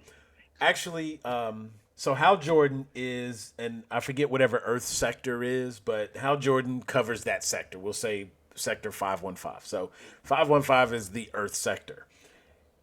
Hal Jordan is constantly going to do this other stuff in other sectors. So they're like, okay, we need someone to cover this section. Who's this guy? Guy Gardner? Okay, he's going to be the person that covers this section. So there are 2 Green Lanterns that cover this area. Guy Gardner gets injured. He gets hurt and can't do his job. So they're like, okay, we need someone to cover it while Hal Jordan's being Hal Jordan, and they pick John Stewart. Hal Jordan initially was like, I don't think he should do it because John Stewart has a problem with authority figures. Like, you know what I'm saying? He's headstrong. I mean, he's a former Marine, right? So it's like, you know what I'm saying? He's got a problem with authority figures and da-da-da-da. So the Guardians are like, well, thank you. We appreciate what you have to say, Mr. Jordan, and we'll take that under advisement. Somebody get John Stewart his ring, please. No, thank you. Thank you for your time, Mr. Jordan. They do it anyway. They go ahead and sign him. So, of course, John Stewart comes up and he's like, tap, tap, tap. You got a problem with me? Like, comes right at, like, is there a problem? Do we have a problem? You know what I'm saying? He didn't have the little point. Do we have? Yeah. I mean, he didn't hit him with that, but he was pretty much like. Should have made a green one with the ring. He pretty much came out and was like, I'm right here if there's anything you want to say. And Hal Jordan being Hal Jordan, got to give him props. He was like, I don't think you're right for it. I think you're going to be walking around with a chip on your shoulder. I think you're going to have a problem in the attitude. But if the Guardians say you're the one, then you're the one. So welcome to the team. And John Stewart proceeded to do his job after that, and there was nothing else. But there have been a couple times after that where John Stewart and Hal Jordan had some words, and John ain't never been one to back down. Ever. And, you might think like, oh, you think just because you Hal Jordan, you like, I feel like one day he's gonna hit him with a like, you ain't no Kyle Ritter, you know, like you ain't no Kyle Rayner. Why you sitting up here? You might be Hal Jordan. You ain't no Kyle, you know, like he ain't gonna hit him like that. But I mean, Kyle Rayner was the White Lantern, so like he don't want that smoke, man. You know what I'm saying? When it really comes down to it, he don't want that. He don't want the smoke. So Yeah, but all in all, like you could have got to Justice League in a 3 to 4 year period just by making better choices.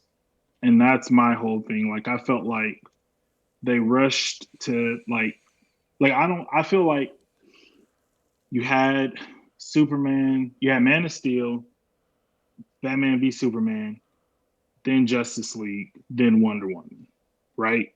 And then Aquaman, Shazam, all that stuff after that. Like, why not just change the order of Wonder Woman and why not just put Wonder Woman after Superman or Man of Steel, like that way when she shows up in Batman v Superman, we like know who she is. Because I felt like the whole thing is the fanboys were just like, oh, Batman v Superman, they're gonna do it. They're gonna fight on screen. It's gonna be amazing. And my mind was just like, it might be amazing, but like nobody's gonna know what's happening. Like I don't know anything about like this universe, this world enough to be excited beyond just like the prospect of I know what happens when Batman and Superman fight, but this world hasn't been built in a way that like supports that or sustains that. Yep. So none of it makes sense. Yeah. None of it felt right. And it was just bad choices. Yeah. And I mean, they just made their money grab choices. It is a movie. That's basically that's what it boiled down to. Nobody can ever dispute that being the case. Because again, Man of Steel, Batman v Superman. Very first thing I said is like you don't go from Man of Steel right to them fighting. You can't do that. Because like another one, like okay, people give Civil War a lot of grief because the airport scene where they're like running to each other and there's like 15 people max, and then you look at the comic scene, there's like 5,000 superheroes. And what I always say to people who say that is just like, yeah, but like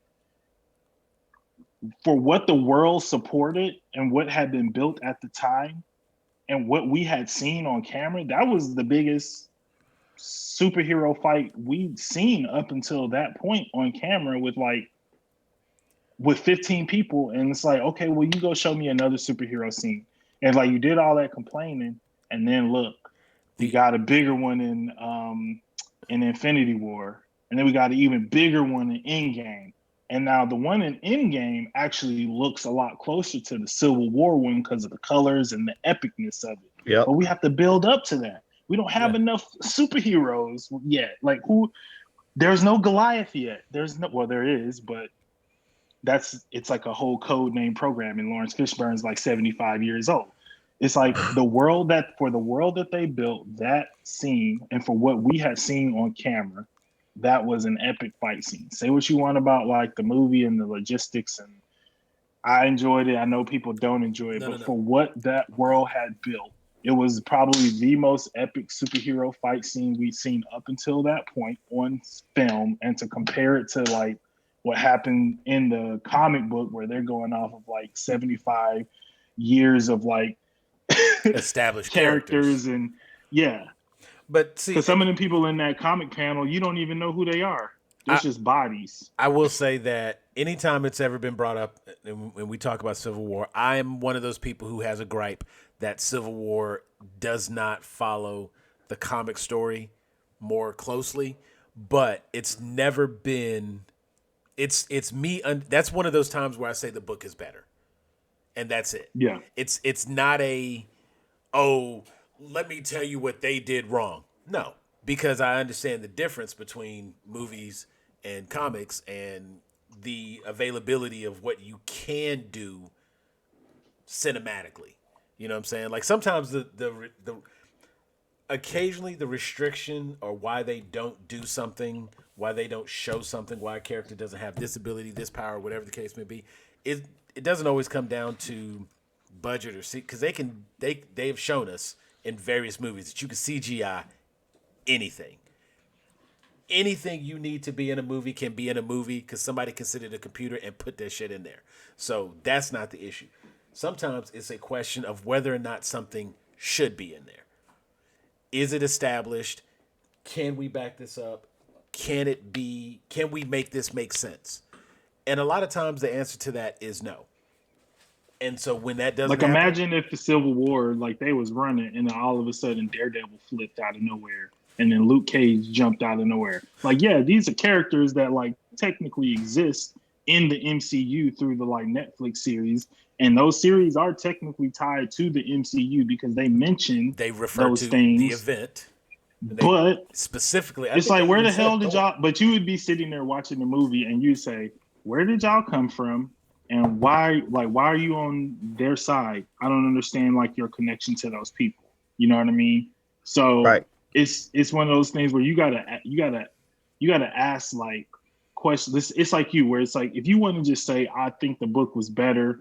And it's like, yeah, it was built on like a much larger foundation than the movies. Like the movie foundation was, I think at that point we're at like what 6, 7 movies? Yeah. Not even, yeah, like 6 or 7 movies or something like that at that point. I mean, it's never been an issue. And I've even joked with people, you know what I'm saying, where you talk about like having that airport scene where you have these people running and these people running, and it's like, y'all could have just played a pickup game, just 5-on-5. Like, what are y'all doing? But at the it's same like the time, point of that movie. The point of that movie was to introduce Spider-Man. Yeah. And introduce Black Panther.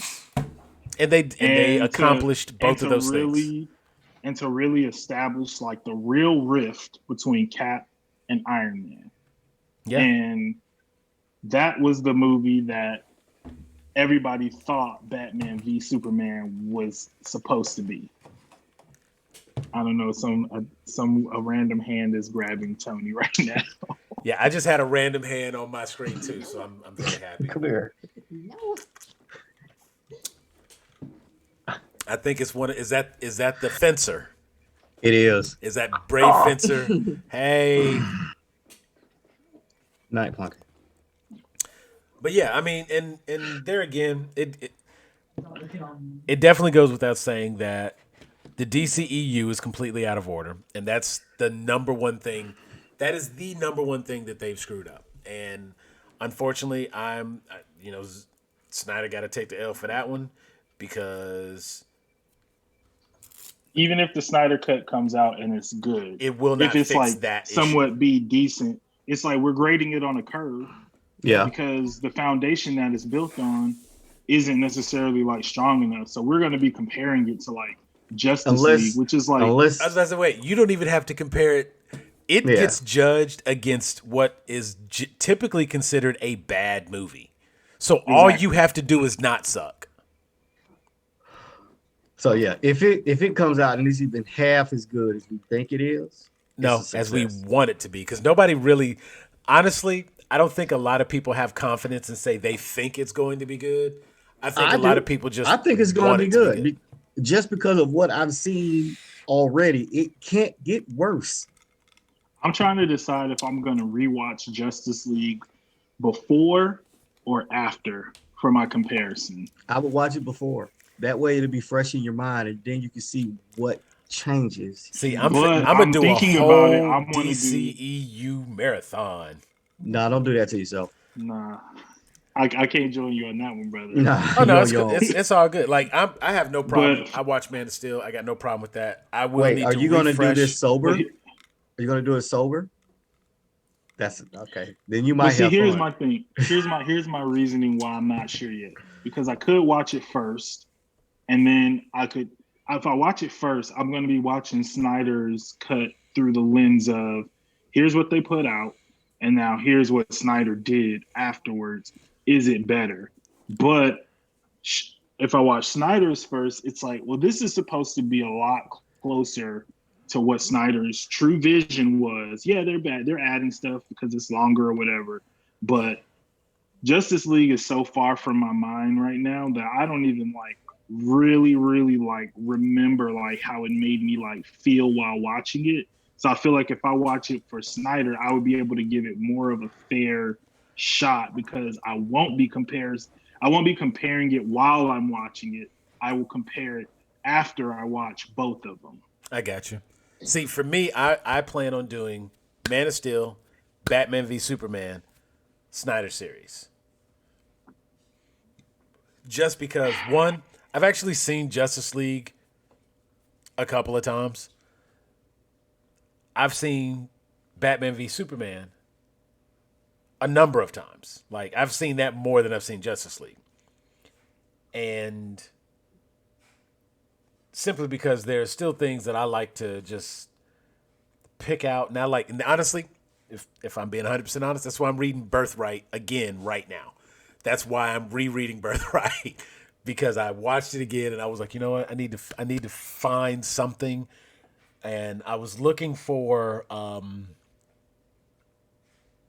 was actually looking for proof that Lex was familiar with aliens and that he had figured out the alien technology even before Superman did. I was trying to like, and of course, when you get into Birthright, it's all right there, black and white. And that's why I was like, you know what? That's exactly where that came from because I was so confused. I was like, you know, how did he trick the Matrix into thinking that he was Kal-El so that it told him everything? But he, in fact, has. Sorry, I'm getting into that tangent, but it happens. And so, in researching or in finding my interest, you know, like it was on. And I was flipping through, and of course, I want to say I was like scrolling through Netflix or something, and not Netflix. Where the HBO Max actually? Yeah, scrolling through HBO Max and whatnot, and I was like, it was showing like, oh, if you like this movie, then you'll like this movie, and so I clicked on something, and then it was like, here are all of the DC movies that you could watch, and I was kind of going through, and it got me to thinking about Batman v Superman, so I clicked on it, and I just let it play, and that's what made me think, oh, that's right. Let me go back, finish Birthright. So I've been going back and I've been rereading that. I want to see the vision as intended.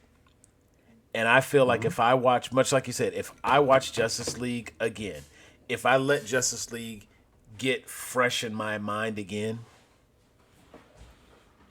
I'm going to be making a comparison looking for the differences. It won't even be about seeing what they changed. It will be looking for the differences. Because knowing that basically we're supposed to be getting something entirely different, I don't want to be so distracted by the fact that, well, I don't even remember, all this is new. You know what I'm saying? Like, I don't want to have that distraction. So if I watch Man of Steel, refresh me there just because I like it and I want to watch that one. Then watch Batman v Superman. And because it's supposed to then go right into Zack Snyder's Justice League, which sucks that he can't actually have that trademark because he has no IP that gives him ownership to the name, the title, or the usage of Justice League. So even calling, like literally, you cannot accurately call it Zack Snyder's Justice League. I was reading a whole article on it. It was like, damn, that's crazy. Like, even HBO Max is not. They are presenting it as Justice League miniseries because legally, through the rights, he cannot trademark anything Justice League. So he cannot say Zack Snyder's, apostrophe S, Zack Snyder's Justice League.